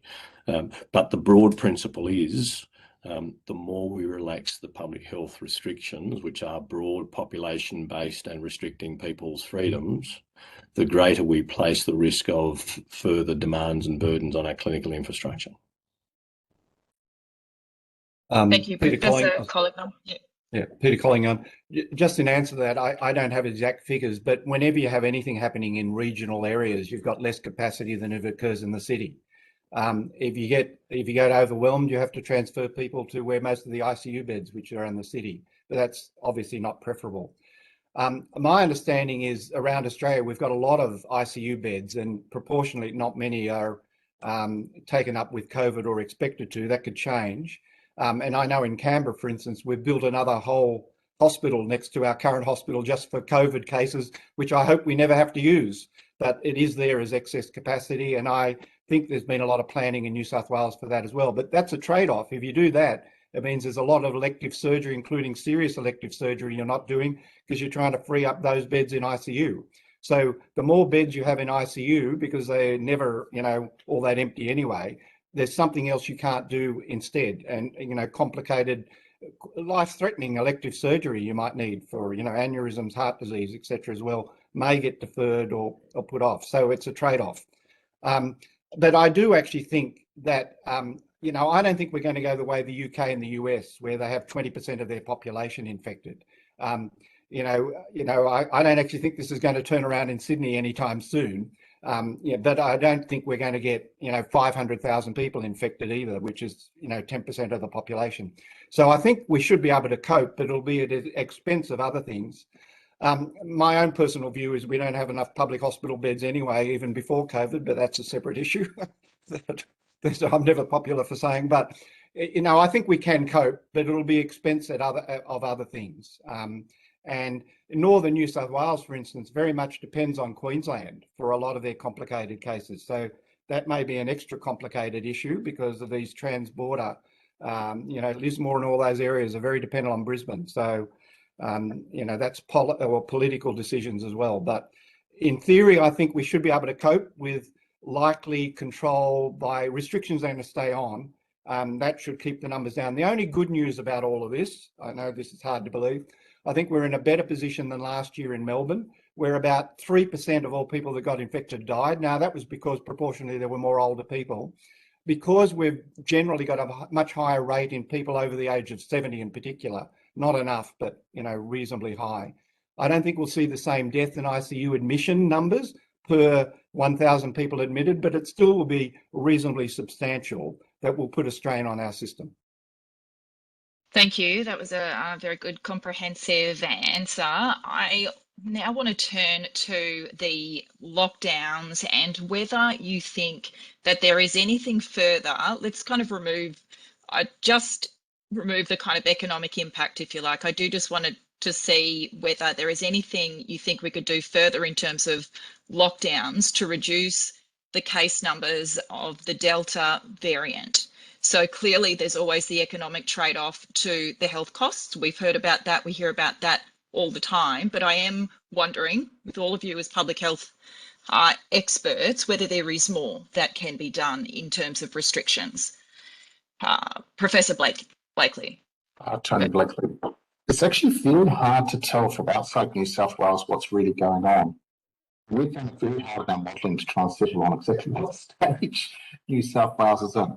Can you do more? Yes, you can always do more. So you asked me to put aside the economics and the social issues. So, well, further tighten up the definition of essential workers. Use that same degree of lockdown across all of New South Wales, so you move beyond LGA postcode. I'm not saying this is the right thing to do, but you asked, is there more that can be done?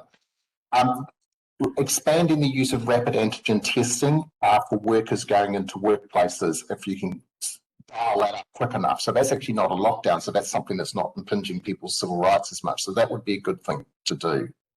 Ensuring, now we're on to compliance, ensuring that masks are worn properly, ensuring people wear masks, checking that people are staying at home when they're in isolation because they're actually a case, or in quarantine because they're a contact. There's all these extra methods. So this is more moving on to like the airline industry, where you look at it as a totality and you're trying to find all those little quality improvements that can sum to more than each one of them separately. So that's as much as I can say, because it is hard to read from outside New South Wales, I have to say. Thank you. Peter Collignon, if I can comment on that, I think there are more things we can do. I think you do have to look at the balance. I mean, I'm not sure the value of locking down all of New South Wales, for instance, but that's a separate issue. But what can we do? What I think is important is people wear masks properly. That's number one. Number two is we're neglecting eyes at our expense. I mean, I got a strong view on this for over a year, but I think there's very good evidence that if you've got particles that are infectious, eye protection is very important, as well as protecting your nose and your mouth, because what you deposit in your eye goes into your nose. And I've just been involved in a study we're trying to get published that shows if you wear face shields on top of a mask, if you're a healthcare worker, you probably get an extra 50% protection. Now, okay, it's not perfect and it's available, that's the thing, but I think we're neglecting eyes. I think we should have essential workers wearing face shields as well as a mask. I think also we should not allow people to use the tea rooms to eat. Go outside and have your sandwich, you know, because if I look at Melbourne last year, and also if I look at Tasmania when they had the outbreak, a lot of that was, they got it from patients, but then it was staff to staff, traveling in cars together. Now, I know you're not supposed to do that, but tea rooms, handover rooms, they tend to think of their colleagues as safe and they don't take the same precautions. So it definitely is the 4 square metre rule. If you're doing handovers, try and be in separate spaces and do it like we're doing now. All those things. And then again, it's actually getting the rules followed that are supposed to be followed. Households not visiting other households, people, you know, so it's a mixture of how do we get behaviour so we do what actually you're supposed to be doing.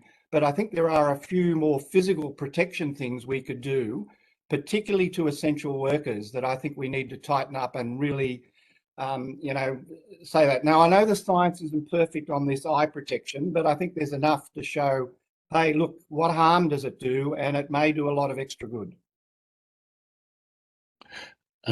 It's Terry, and a very quick answer to the question is absolutely there is more that can be done. Blunter tools that are clearer and rules for all that everybody has to follow and understand are more readily taken up and followed than more nuanced by geographical area, by subgroup of the population type rules. There has been a level of uncertainty, I suspect, around New South Wales about exactly what rules apply to what people and in what circumstances. And while there is absolutely adverse effect associated with those uniform, blunt, consistently applied rules, they create greater restrictions of freedom for more people. But it's relatively straightforward to understand that more people understand clear, blunt, apply to everybody rules. Yes, they're more restrictive and they come with that price. And so when we heard, I think, the Chief Medical Officer talking about a circuit breaker, I mean, I suspect that's the kind of thing he's likely to have had in mind. Now, whether that's an acceptable message to the population at this point in the cycle of the pandemic, that's a different question. But the simple answer to your question is yes, there is more that could be done. Thank you. My question time's up, I think, for now. Thanks, Mr.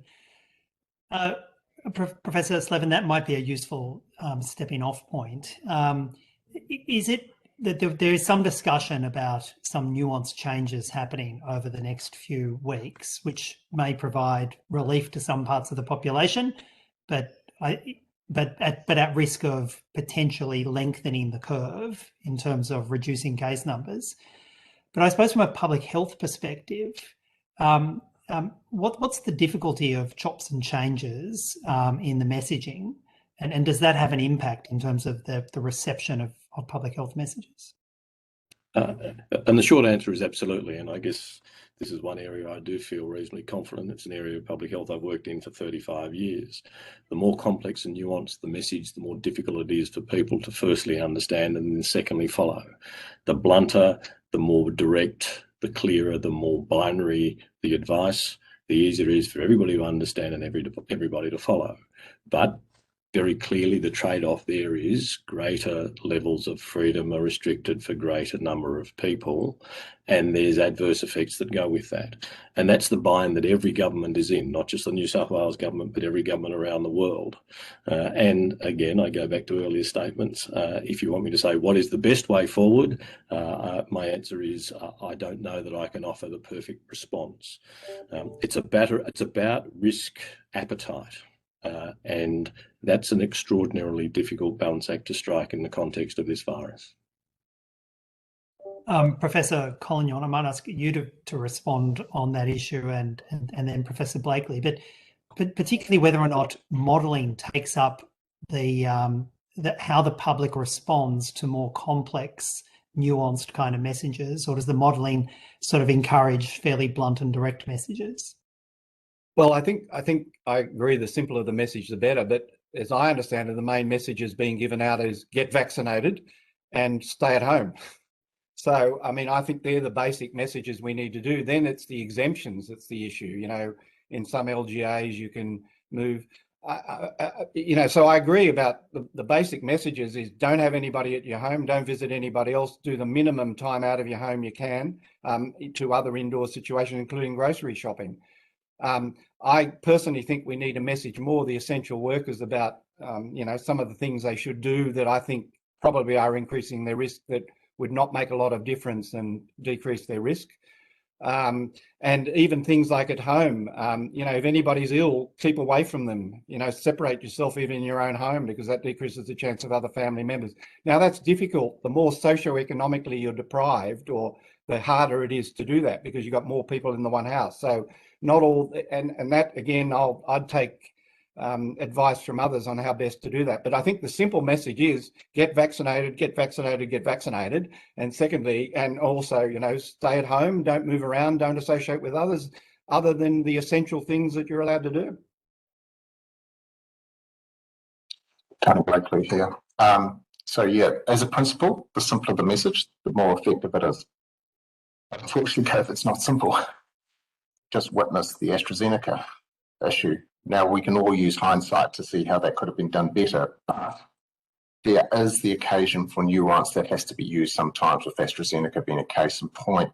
And I do think for the majority, not all of the population, they have handled it quite well. When we've got these contact sites coming up on websites all the time, you can find the restrictions that apply to your LGA. Now, I know it's not ideal, but sometimes you can at least mitigate the fact that the messaging is channeled or pluralistic. The second point is you asked me about modelling. The modelling that we do, at least, does include lack of compliance. So we assume that compliance wanes away. But I couldn't tell you how to parameterise that for Sydney at the moment. So we just, there's some things we look at and go, I'm not sure. So as far as being able to accurately model what's happening in Sydney because of lack of compliance, I'd actually do it backwards and say, well, can we replicate what's happening in Sydney now by loosening some of the compliance? But this may be things that the authority, with their access to more data that's provided, could perhaps be looking at more closely. And I would suspect they are, because they've said that they're pivoting towards looking at New South Wales modelling. Thank you all. At the end of the day, one of the key determinants of when we'll be able to lift restrictions is a percentage game, the percentage of the population that is vaccinated. We continue to hear discussions about the percentage of the adult population that is vaccinated, but there doesn't appear to be a pathway to having children vaccinated. And we know in the United States and other jurisdictions, millions of children ages 12 and above are being vaccinated. What do you understand to be the restrictions, or why aren't we actively promoting vaccination for particularly children 12 and above? And I might go in reverse order, if that's okay with you, Professor Blakely. Quite a few questions in there. Tony Blakely speaking. First, why aren't we vaccinating 12 to 16-year-olds? It's simply because we've got other priority groups at the moment, and the priority at the moment should be people who are still out in the community because they're essential workers, regardless of their age. That's where the priority should be at the moment, to dampen transmission. Then we've got the fact that the TGA approval is not yet in place for 2 to 11-year-olds. That will come through in due course. And I'm optimistic, based on our progress in the vaccine rollout at this point in time, that we will start vaccinating children down to, let's say, 5 years, maybe just secondary school, before Christmas, and actually get that moving. We need to, because this virus is so infective that we will not achieve herd immunity through vaccination alone, but as many people as are vaccinated as possible allows us to loosen other restrictions. The final comment I'd make at this point is one of the things that we have modelled at this point, and we're updating at the moment, is up on our website, is pandemictradeoffs.com, very simple to remember. And what we've done there is we've actually said to people down the bottom, you can go in there and you can say, what number of deaths would I accept in the next year? What number of hospitalisations? And what percentage of time in lockdown? And you can see the policy combinations that achieve that. Because we access not just the vaccine coverage, it's the vaccine coverage in kids and adults. It's also how loose we have our international borders. It's what policy settings we use as far as the level of suppression we do in our country. We have a toolkit that's got more than just vaccination in it. And I believe over the next couple of months, that's where we'll shift our discussion to, as to what settings, once we get to 70, I think actually 80% vaccination coverage, we'll shift to that discussion. But at the moment, we've got to help Sydney and New South Wales bridge across there with the least harm in the way. Peter Collignon, just in answer to that, I think we will start vaccinating, teenagers at least, because they tend to have a much higher risk of getting infection and transmitting it than younger children. The real issue still is adequate vaccine. I mean, I would not probably give the AstraZeneca to 12 and 15-year-olds. First of all, there's no data. And secondly, there is that risk, because it's about stopping spread in society, but none of the vaccines do that with 100% success. I mean, they're much better at stopping you dying, getting seriously ill. But in any group we vaccinate, the benefits have really got to far exceed the risks. And that's why I think, a 35-year-old has a priority over a 15-year-old, okay? Because I still think they're at more risk until we get adequate supplies of vaccine. And I think that'll happen September, October, and we'll have a lot more data from other countries, the US, Canada, to know the safety profile in that age group as well. So if I look at England, where I looked at the data both for all their viruses, I think they've only had 22 deaths in children. Now, you can say, oh, that's a lot, but it was predominantly in people with underlying diseases as well, Down syndrome, neurological problems. It was very uncommon. I think it was a rate of about 1 in 500,000 children. And you've got to remember, probably 20% of them have been infected. So, and with younger children, unexpectedly, unlike influenza, for every virus you can think of, children have 5 or 10 times more infection than adults, and are the way you spread it. Just look at kids, you've got a preschool and playgroup. This is behaving differently. And I think there is an onus to have adequate safety data, particularly in children under the age of 12, before we roll it out, because the benefit for them is pretty marginal to them as an individual. If you look at their chance of getting in a hospital, dying, versus what we don't know about the vaccine. Now, do I think we'll have to vaccinate all children? Yes, we do.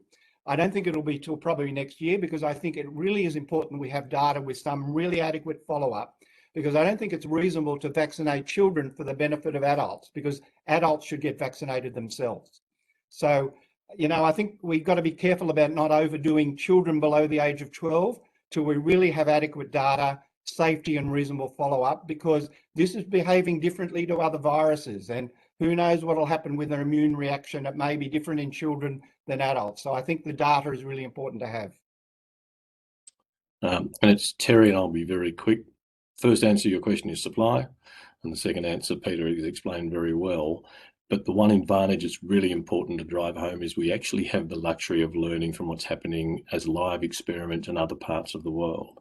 And that's ultimately what we must do to get the best possible benefit for our population. There are guinea pigs and trials in real world going on in the UK, in the US. We must learn from that, and happily with the infrastructure in place we can.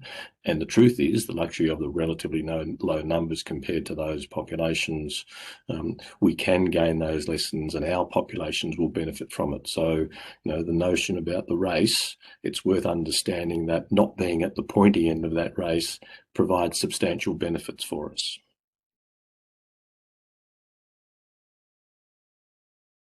Thanks very much. Mr. Farlow, I think you had some questions. Mr. Farlow? Sorry, that spacebar is not working, unfortunately. Thank you very much, Chair. Just to all the panel, how different is Delta? I guess, Professor Blakely, you started off by saying that we've certainly seen a difference in how New South Wales has been able to approach this outbreak with Delta compared to the success we had previously. But how different is the virus and how it's presenting, its reproductive rate, and following on from that discussion of children, how it's presenting in younger age groups as well?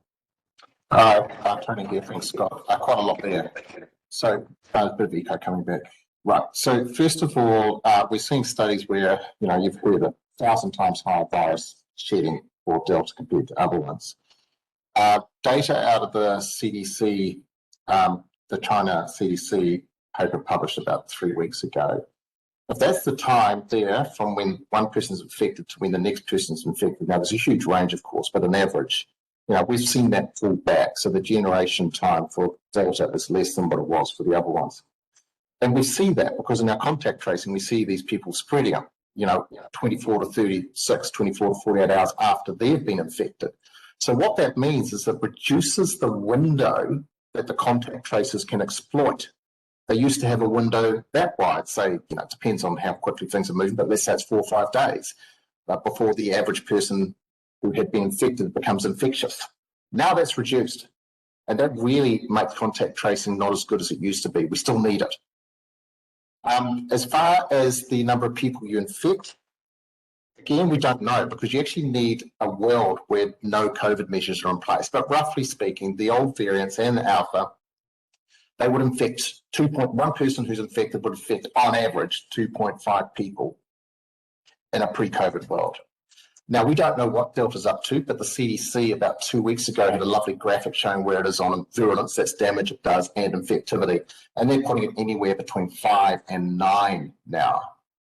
So we accept that it's at least 5. I don't know whether it's 9, but to give you some sense of where we're moving as a modelling group, we're now including on that pandemic trade-off tool, the next iteration that will be launched later this week, 6, 7.5, up to 8. So, we are including that whole range. We don't know where it sits, but it's certainly more infectious than what it used to be. I hope that helps. Yeah, this is Peter Collignon. Oh, sorry, Peter Collignon on that. I think we don't have the right answer. There's no doubt it's more infectious and it's infectious earlier. And probably more asymptomatic people can infect others is the bottom line. Data I've seen is if you take the Wuhan strain as having an infection factor of 1, the Alpha UK strain was 1.5 and this is 2. So it's, it's 50% more than the Alpha UK strain. To put that in perspective, data I saw from Public Health England, if you have close contacts in a family with the UK Alpha strain, probably about 8 or 9% of people in the household got infected, and following up 15,000 close contacts, and how it was about, I think, 13%. So again, 50% more. So the actual number, we don't know. There's no doubt it's more. And I think the problem is because there's viral load earlier, you're actually transmitting it earlier. So maybe instead of the average incubation period being 5 days, it may actually be earlier, 4 days, but probably for just as long, and higher viral loads earlier. So now, is it more virulent? Does it cause more disease? It's a bit hard to know.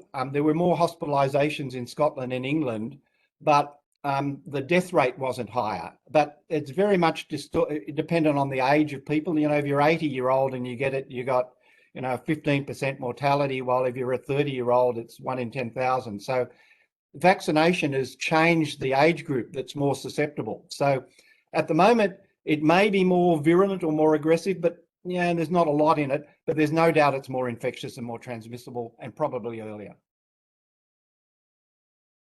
Thanks, Mr. Farlow. I might just hand it. Just if I can continue on, please, Mr. Shoebridge. Just wanting to ask as well, with respect to how we're seeing the virus present around the world. We've of course seen Delta provide escalating cases globally, often in highly vaccinated communities, more vaccinated than what our community has been.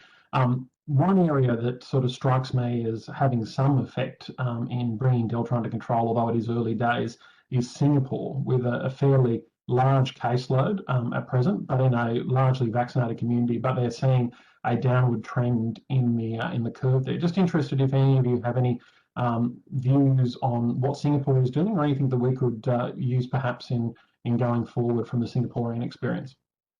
Tony, here's enough about that from past.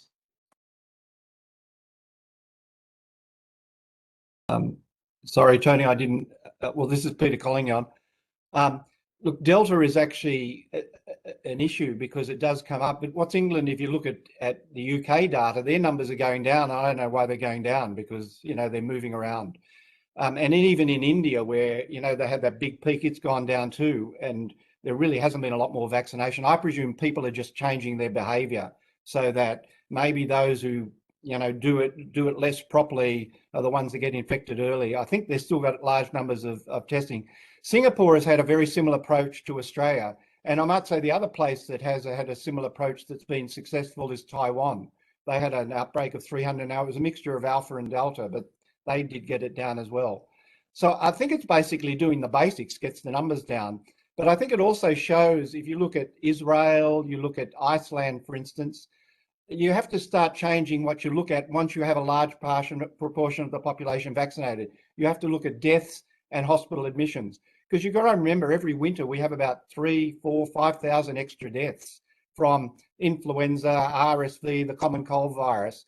So this is going to become endemic in my view, but we shouldn't let it become endemic till we've got a high population vaccination rate, because otherwise the consequences are too high. And that's why I think, you know, restrictions are going to be with us for a while, particularly significant ones till the end of our winter and early spring, and more so in Sydney, obviously. But Australia-wide, I think we need that until we really do get people, all the people vaccinated that can be, or 90% would be my hope plus, and then eventually adolescents and children as well, young children below 12, provided once we have adequate data and a safe vaccine, or we know it's safe, I mean. Thanks very much, Professor Collignon. And just picking up Professor Blakely, I think, I think that it might be shared by other panel members, but interested for their views as well. But you talked about the chances of New South Wales getting to 0 cases now is very slim, and talked about the bridging effectively to until we get to 70 to 80% vaccination rates in line with the rest of the nation, as per the Doherty report. Just interested, and I know you've touched upon this a little bit in terms of the potential loosening of restrictions, but what are the most effective interventions to maintain, and that need to be maintained throughout that period till the rest of the country might be in that position of 70 and 80%? Okay, there's a lot in that. So yeah, I think it's unlikely you'll get, or New South Wales will get to 0. Before you actually get to 70% vaccination coverage, you're going to get there first at the way you're going. As far as what's most effective, as I said before, we've got modelling that's coming out the next few days, hopefully. But what it shows is that, yes, speeding up the vaccination coverage brings back that time and certainly reduces the burden, but it's not as effective as just staying in a hard lockdown. The harder you lock down, the quicker you can bend that curve. Now, it's an ugly, unfortunate reality. I don't like saying it, but it's the truth. And what that means is that, you know, we still have to vaccinate. That's got to be the number one message. Get as many people vaccinated, get across to 70 and 80% of the country. But it's not going to be a silver bullet that solves the problem for New South Wales, unfortunately. What that means is, and we talked about this earlier in this inquiry today, is that if New South Wales Government offers rewards to citizens for getting to 50% at the end of August, which I believe should be done somehow, it will inevitably slow the decline a bit. You are trading off the rate at which hopefully it's coming down by then. It may not be, but if it was coming down, you'll basically slow the rate of it coming down compared to staying in hard lockdown. But that's why we often talk about trade-offs in this pandemic. These are the things that you're trading off. So as far as what's most effective, it's the lockdowns. But then there are things that are low impact on the economy, which is masks and wearing them really well. And I agree with Peter on that, and possibly even glassware. Eyewear might be helpful here. So there are things that we can do that is not as much of an imposition on society. Letting things off like a 5-kilometre radius to a 10-kilometre radius, that type of activity, those are the things that you can let go first. And the Victorian government, I think, has been quite good at identifying those things you can let off first without too much impact on the virus spread. Yeah, this is Peter Collignon. I mean, I think the same basics as we've been told for the last year still hold. You need to keep away from anybody who's got any respiratory illness. They need to be tested, but also as much as possible, you need to keep away from them. And we need people with symptoms not to go to work. That still seems to happen, you know. We need to keep our distance, the 1.5, 2 metre rule. I mean, most of the transmission, I won't get into droplets and aerosols, but most of it is when you're close to people and you get infected particles getting in your mouth, in your nose and in your eyes. Masks give you probably an extra 20% protection, you know, on studies, but I think eyewear gives you another 20% on top of that. I think limiting the number of people you associate with, you know, obviously 0, which to some degree you might want, but you know, 1 is better than 2, which is better than 5, which is better than 10. It's all a graded thing. You want to actually keep essential workers as infection-free as you can, first of all, by vaccinating them, but that takes a while to have its effect. But the basic, you know, precautions about don't share rooms, indoor rooms with other people who, you know, may be asymptomatic and have got their mask off because they've got to eat. You know, try and find other ways to keep people apart and lower the numbers indoors. Now, all of that won't make it go away, but it makes the numbers come down. Thanks very much. I will hand over to the opposition now, and either Ms. Houssos or Ms. Sharpe. Thanks very much, Chair. Can I thank all 3 of you for your very informed and useful opinions this afternoon. Can I just start by asking, I asked this of Dr. Kerry Chant this morning about the reproductive rate. What do you think is the reproductive rate that we would need to get to start easing restrictions? Oh, sorry, why don't I start with, yes, Professor Blakely. Okay, so Tony speaking, to be very clear, I assume you're talking about the effective reproductive rate. Yes. So there's the R0 of 2.5 and 5 to 9, and you basically want at least the 1, the effective reproductive rate, because that's when the numbers are going down. So if you did this ideally and you got the curve bending and the numbers coming down, you wouldn't want to relax more than sees the effective reproductive rate go above 1, because then the numbers are going to go up again. So the ideal way, the squash the curve, the thing we talked about last year when we were thinking about managing our way through without necessarily eliminating, was to keep that effective reproductive rate at 1 or slightly less, to keep it under control. That's the ideal. Whether New South Wales is going to be in that position by the 29th of August, I simply don't know.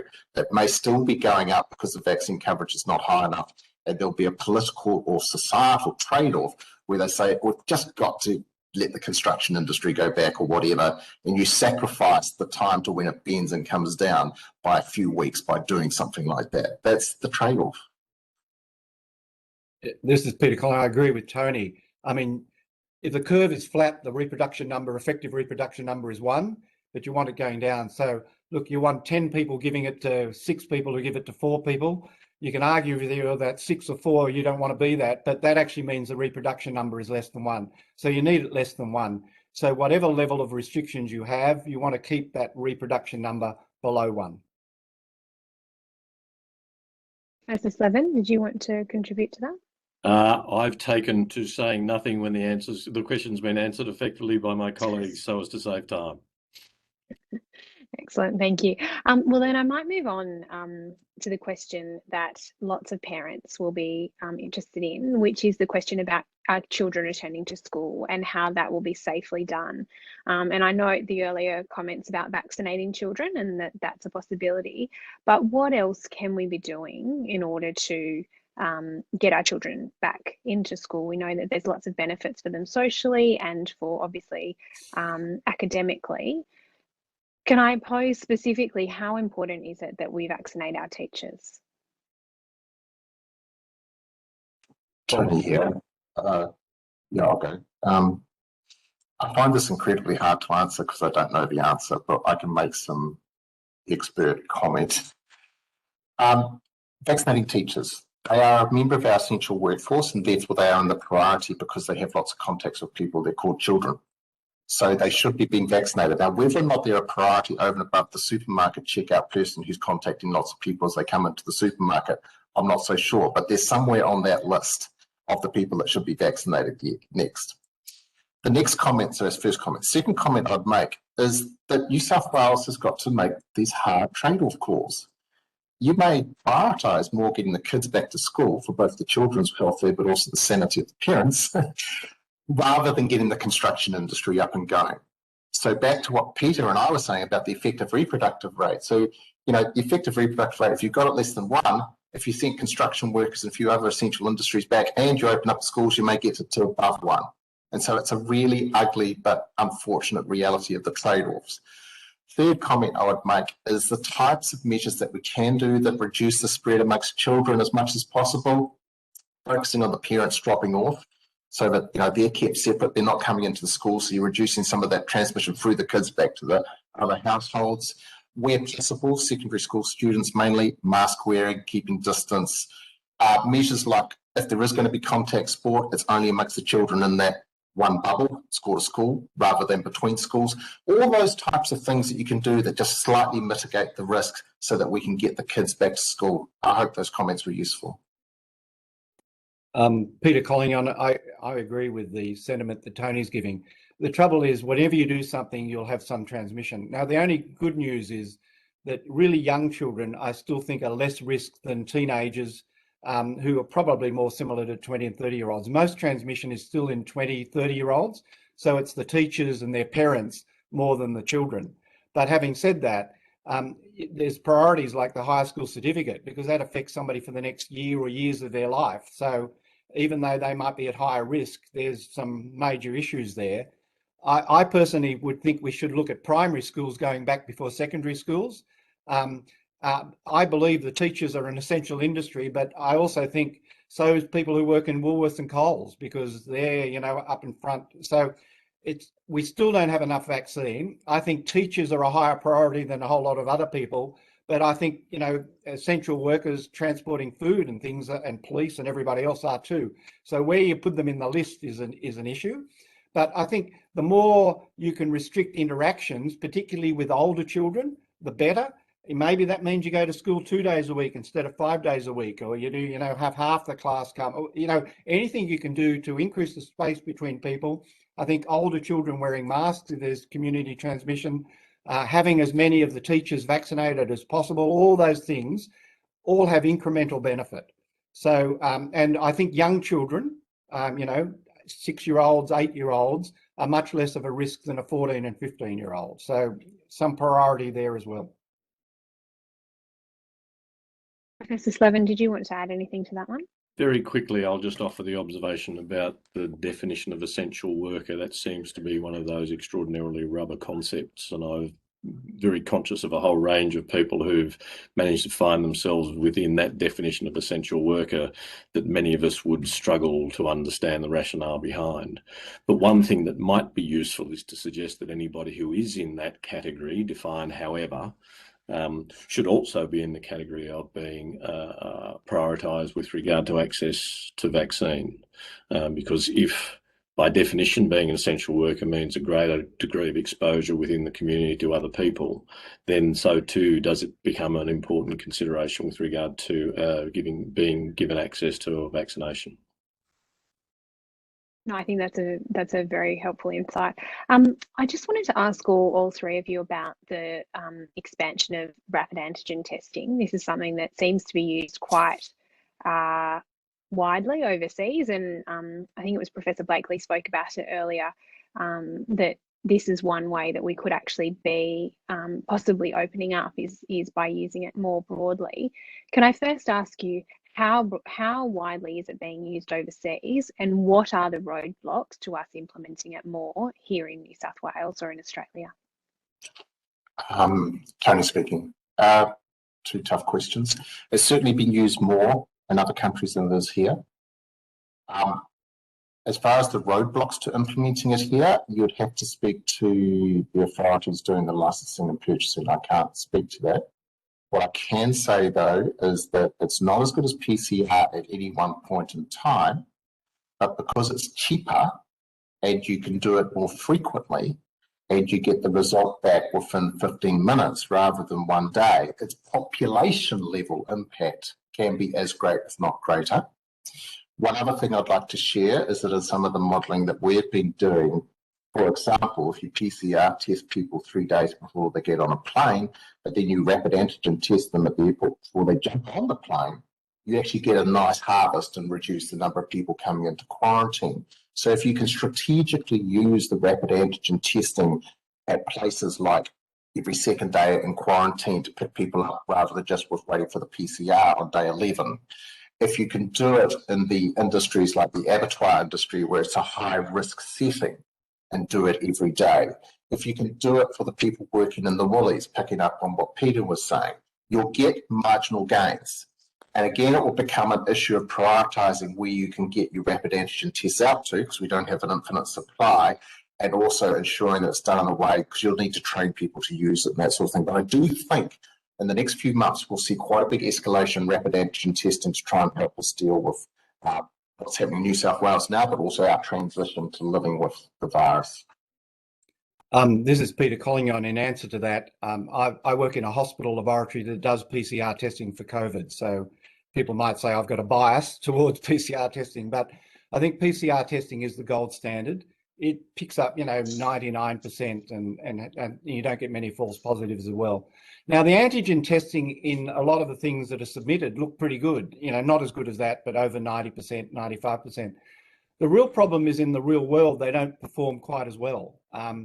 If you've got somebody with symptoms, some of the data I've seen suggests you pick up about 80%, which is pretty good. It means you miss 1 in 5, but you've picked up 4. But in asymptomatic people, you may miss half. It may only pick up half of them. Now, if you're doing that in addition, if you're doing it instead of a PCR test, I think it's a bad idea. But if you're doing it in addition, even though you've only picked up 1 of the 2 people, well, that's still 1 person you've picked up that otherwise you would have missed. So it's got to be additional, where you need to do a lot of testing rather than instead of.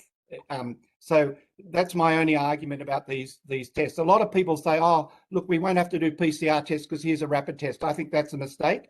But if it's done in addition, in a sensible way, and we evaluate how well it does in real life, yes. One example I saw is visitors coming to nursing homes, for instance. Well, that's not instead of, that's in addition. So it's providing it's additional rather than instead of, I think it will have a place. Tony, very briefly, I just want to support what Peter said about doing it additionally. I think that's a really important point. So making that for the record. Thank you. Yes, and Terry, yes, we need to do more rapid antigen testing, absolutely, but in addition to. And Professor Slevin, did you have any indication as to any of the roadblocks why we're not doing it as broadly as they are overseas? One might postulate whether there's commercial interests, who knows? But the fundamental question is we must be doing more of it, and now is the time to do so. It is serving an important and useful function in other countries around the world, and Australia needs to rapidly follow suit. I think my time is rapidly running out, so I'm just going to ask Professor Slevin, I just wanted you to expand on something that you said right at the outset, which is that at the moment the urgent is trumping the medium or the long term. I just wanted to ask you, what are some of the things? I am mindful that we are in the midst, especially in New South Wales at the moment, we're in the midst of quite, in the midst of the outbreak. But what are the things that we can be doing now for the medium and the long term, given your experience? I'm very grateful for the question, and there's 2 main points, and both have actually had very serious consideration and national commitment. The first relates to public health workforce. There's been 2 pronouncements of National Cabinet, one on the 26th of June and one in November, both of which committed to an expansion of the public health workforce in Australia. In my earlier answer, I started talking about the fact that the public health workforce in New South Wales is not perfect, but it is the superior model which all jurisdictions should follow, including the Commonwealth, and that is a public health officer training program. We need to put more work into accreditation and registration of public health professionals in Australia. There's a whole range of infrastructure that we simply don't have and must invest in, because for the most part, public health has been the poor cousin. The experience you all have facing elections and talking about health is largely about public hospitals and ramping in emergencies and the like. The long-term investment in public health has been the problem, but that public health officer training program and the network of public health units around New South Wales has been a beacon that has been consistently in place, and many other jurisdictions haven't followed. That doesn't mean it's perfect in New South Wales, and it does deserve review, and it should be reviewed and probably further strengthened. The second point I'll make relates to the relationships and governance nationally. And you as a New South Wales committee needs to give consideration to the future with regard to the national public health infrastructure. Currently, unfortunately, it's a political divide. The opposition federally has committed to establishing a Centres for Disease Control in Australia. The current government has rejected that call. There's been long-standing debate in Australia about the need for that. In 2013, there was a federal parliamentary inquiry into the matter, and it was responded to in 2018. And of the 15 recommendations of that report, the only one that was rejected was a serious review into a structure of establishing a Centres for Disease Control in Australia. Now is the time to review that, because there are a whole range of systems that must and should be put in place for greater efficiency and consistency in terms of response, not just to infectious disease pandemics that we're experiencing now, but also the broader public health infrastructure in terms of dealing with the chronic disease tsunami that we know is coming and will be washing over us over the next 20 or 30 years. So my simple answer is two things. One is public health workforce. It's been ignored for far too long, and even despite having come out of recommendations of National Cabinet, not a single jurisdiction has addressed that in terms of any budgets being released in the last 18 months. And the second is a serious sit down, setting aside differences, accepting the important role of states and territories and their legislative responsibilities in terms of managing public health within their jurisdictions, but a greater level of consistency and cooperation nationally, so the expertise that does exist is most effective, most available, most efficient for all Australians. Thank you very much, but I think my time has expired. Yeah, correct. Sorry, Courtney. I'll pass it over now to Ms. Faehrmann. Thank you, Chair. I just wanted to turn to the issue of case reporting every day. So today, that was told to us that by New South Wales Health, 102. Cate, I'm sorry, you're breaking up quite a lot there, so we might just stop and restart and pretend you didn't say anything in the interim. Can you hear me? Yes? Okay. I think they kind of just, the battery wears down on your headset after a while. Okay, let's go back. So just wanted to talk about the case reporting. So today from New South Wales Health and the way in which it's reported. Today, New South Wales Health reported that 102 cases of today's cases were in isolation throughout their infectious period, and 40 were in isolation for part of their infectious period.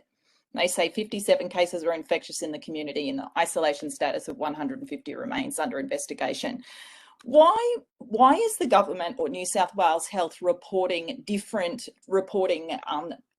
infectious for part of their time in their community or all of the time in their community? Is there a reason why we have that distinction? Because sometimes it sounds a little bit misleading. Isn't it the fact that we just have the total of the people who are infectious in the community, whether it's partial or total? Maybe who would like to? Professor Blakely, is there? No? Yeah, I can speak to that. I don't exactly know the rationale for doing that, but I would suspect it is as follows.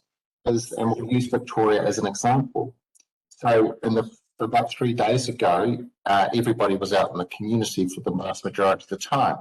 But as you have done your contact tracing and you have put people into quarantine and they're developing those cases in quarantine, they've been in the community for part of the time before they went into quarantine, but not all of the time have they been in quarantine. So it allows you to see that you're progressing, that you're seeing an increasing percentage of people that are in quarantine or isolation, depending on what word you want to use, for part of their time. And then you are wanting, for those parts of Australia that are still going to zero transmission, that you want all your cases to be occurring amongst people who are not in the community at all before you let the lockdown go again. So it gives you some sort of metric to assess your process, your progress. Yeah, Peter Collignon, I have the same view, as that I'd prefer it broken down a little bit. We still know how many people were out in the community, and you break that down to sort of people were only 1 day versus, 5 days. At the end of the day, it's a risk. I don't see any problem in, breaking it up. And if people want to say this number were infectious in the community, they can add them both together to give you the number. Okay, thank you. I now just wanted to turn to the issue of mandating COVID vaccinations for all healthcare workers. Possibly I'll go to you, Professor Slevin, for your response to that. I note that there are obviously, there's a policy in place for healthcare workers, depending on risk categories, but for healthcare workers to be immunised and show proof of immunisation for things like TB, tuberculosis, hepatitis B, and even the flu. Do you believe that we should be mandating COVID vaccinations as long as we can get those vaccinations to health workers, which we should have been able to do by now? But do you believe that we should be mandating COVID-19 vaccinations for all healthcare workers in New South Wales? Yes, I mean, you've addressed the main barriers, and that's ensuring access is available and all of the risk is clearly explained. Healthcare workers, if they so choose to not be vaccinated, should be able to be provided duties that reduce or eliminate the risk of passing on virus to others. But we're increasingly getting to the point, as you say, there are precedents that exist in relation to mandating vaccination for healthcare workers, where it's increasingly difficult to mount an argument against that policy. Peter Collignon, I've been vaccinated, you'll be pleased to know, as is everybody around me. I think mandatory, vaccination for the whole community or parts of it, I think is a vexed question that I personally don't think we should have mandatory. I think there are some jobs where you need it. For instance, if you're a quarantine worker at the moment, I think, we're trying to keep it out of Australia. I think, there are other avenues. And I think we've got to be careful. We've got to really make sure that the vaccine is very effective and reasonably safe. I mean, I'm not a person who thinks that mandatory flu vaccines, if for instance, are a good idea because it's only 30% effective, but this one's 90% effective plus. So, this is a grey zone. Even in healthcare, aged care, what I think you can make a big argument that the people who are going to suffer the most, which are those in the aged care, that ought to be compulsory vaccination. I think we should push it as much as possible and aim for 90% plus. It's this question where you make it compulsory for everybody. I think that's it's this sort of, if you ask me, is it a good idea if everybody has it? Yes. Just to be clear, Professor, my question was about healthcare workers, just to clarify that it wasn't about mandatory COVID vaccinations for everybody. But the question now in relation to that is, do you have any recommendations for how the government could encourage vaccine uptake? Well, I think you actually can strongly advise it, and you make it a condition for what jobs you do will mean that, if you want to advance your career or something, it's probably going to be important to be vaccinated. So I think there's all ways you can do that. And, I look at the vaccines we've got in Australia that we're very good at, all the childhood vaccines, we have 95% plus. So I think if you show a vaccine is effective and it's safe, I think we should be able to get 95% plus anyway. So it's that last 5%, whether you mandate it, I'll leave that to others to maybe, I just personally have a worry about saying, if you don't do this, you lose your job, because it's a very big industry and might have a lot of repercussions. I'm all for really pushing it, and I am vaccinated myself, so and everybody around me, but it's that compulsion issue I'm not quite so sure of.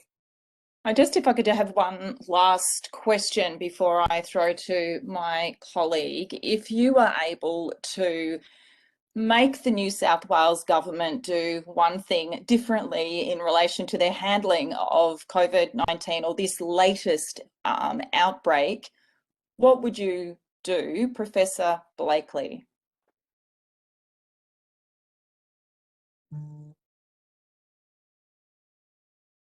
Professor, you're on mute. Tony Blakely speaking. Can you hear me now?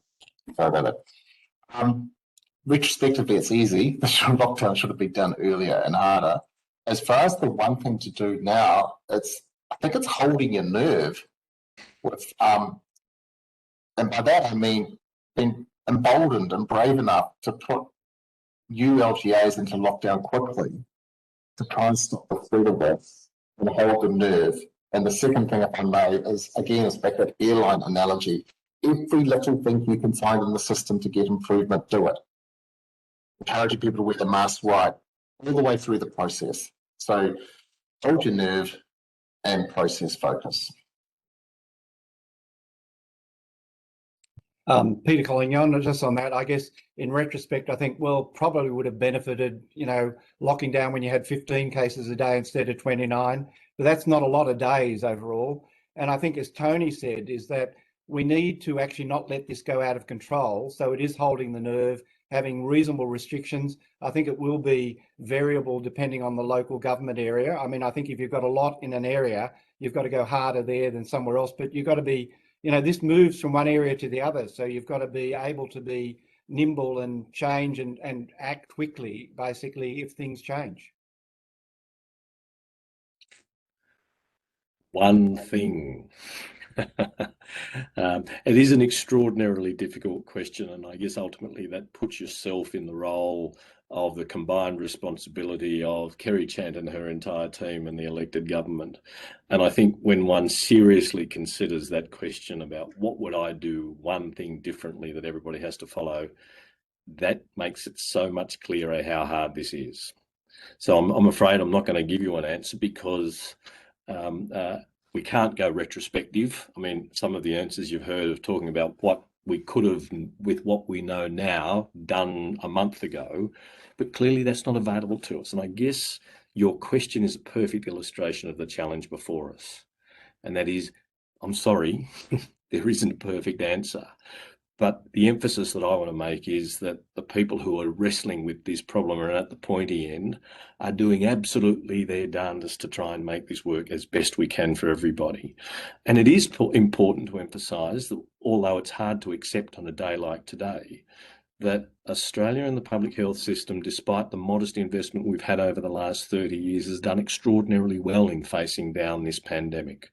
So while it doesn't feel like it while you're in lockdown, New South Welsh folk, Australians, are very, very much privileged and at the head of the curve internationally in dealing with this pandemic, because we can learn from the experiences of other countries.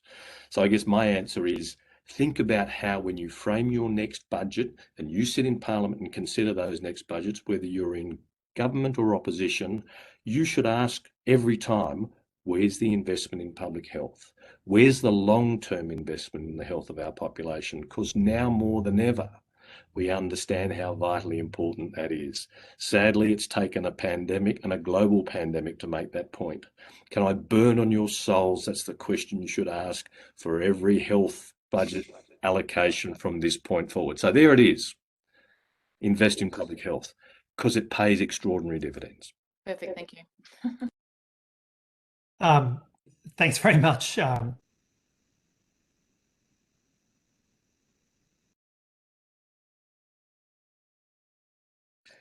David's frozen. Who wants to take over? Am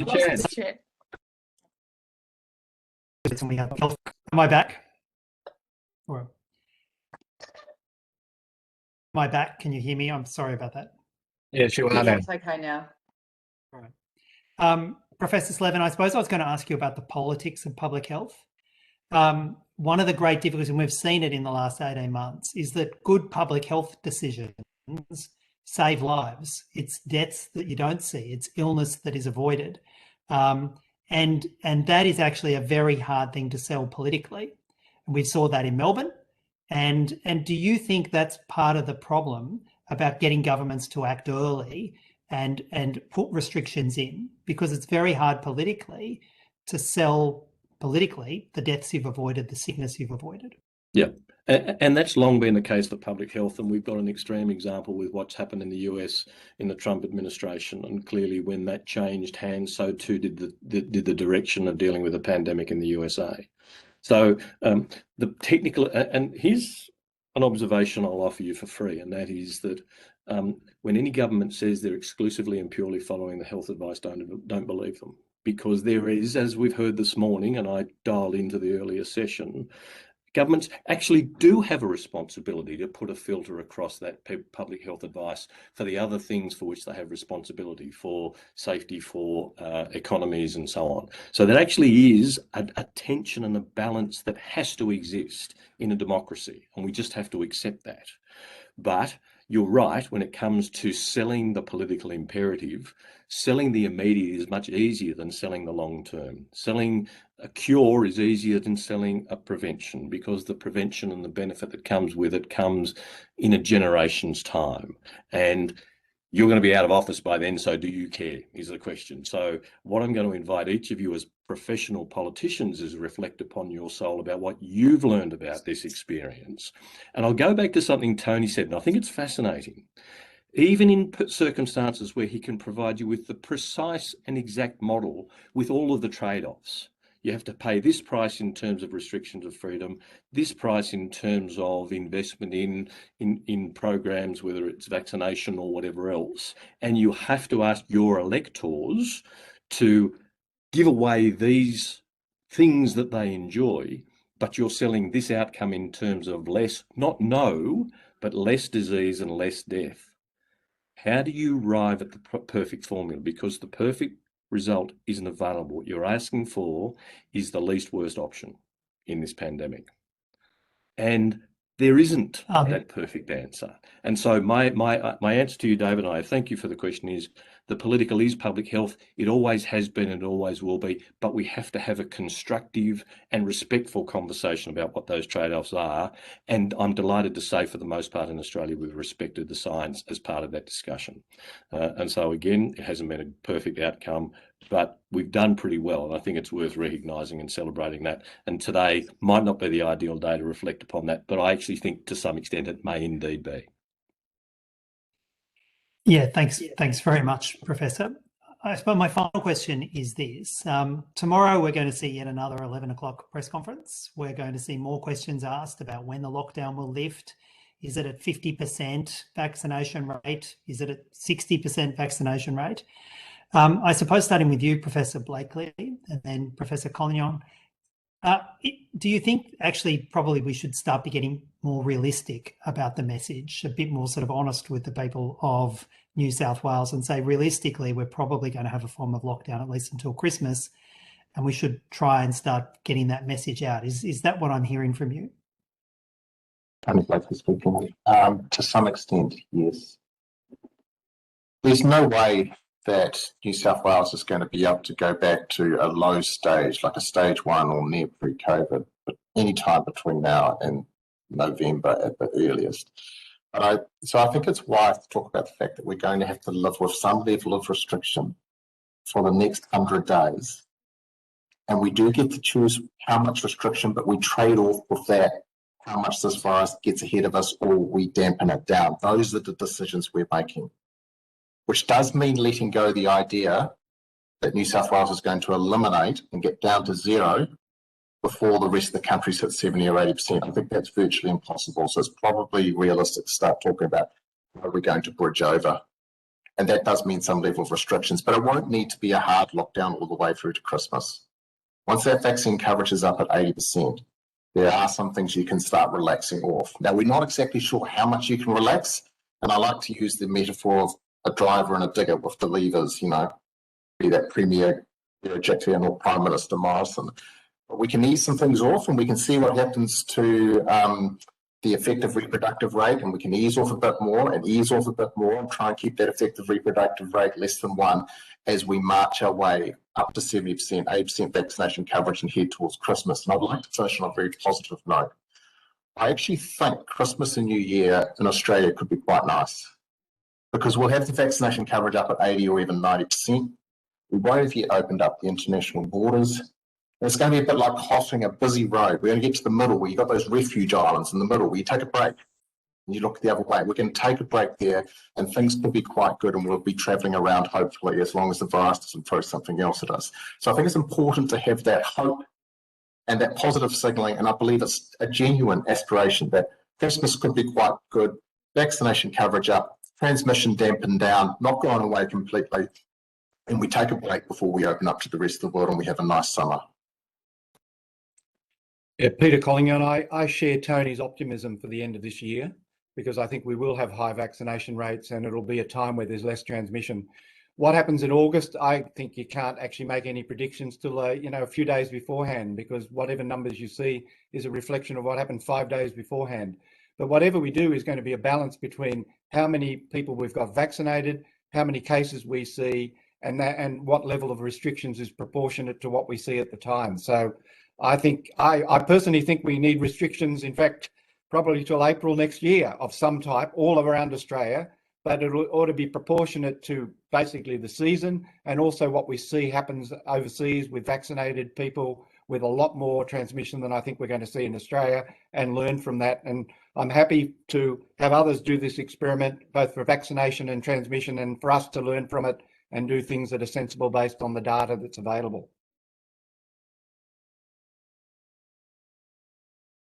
Look, I'm sorry, time has beaten us.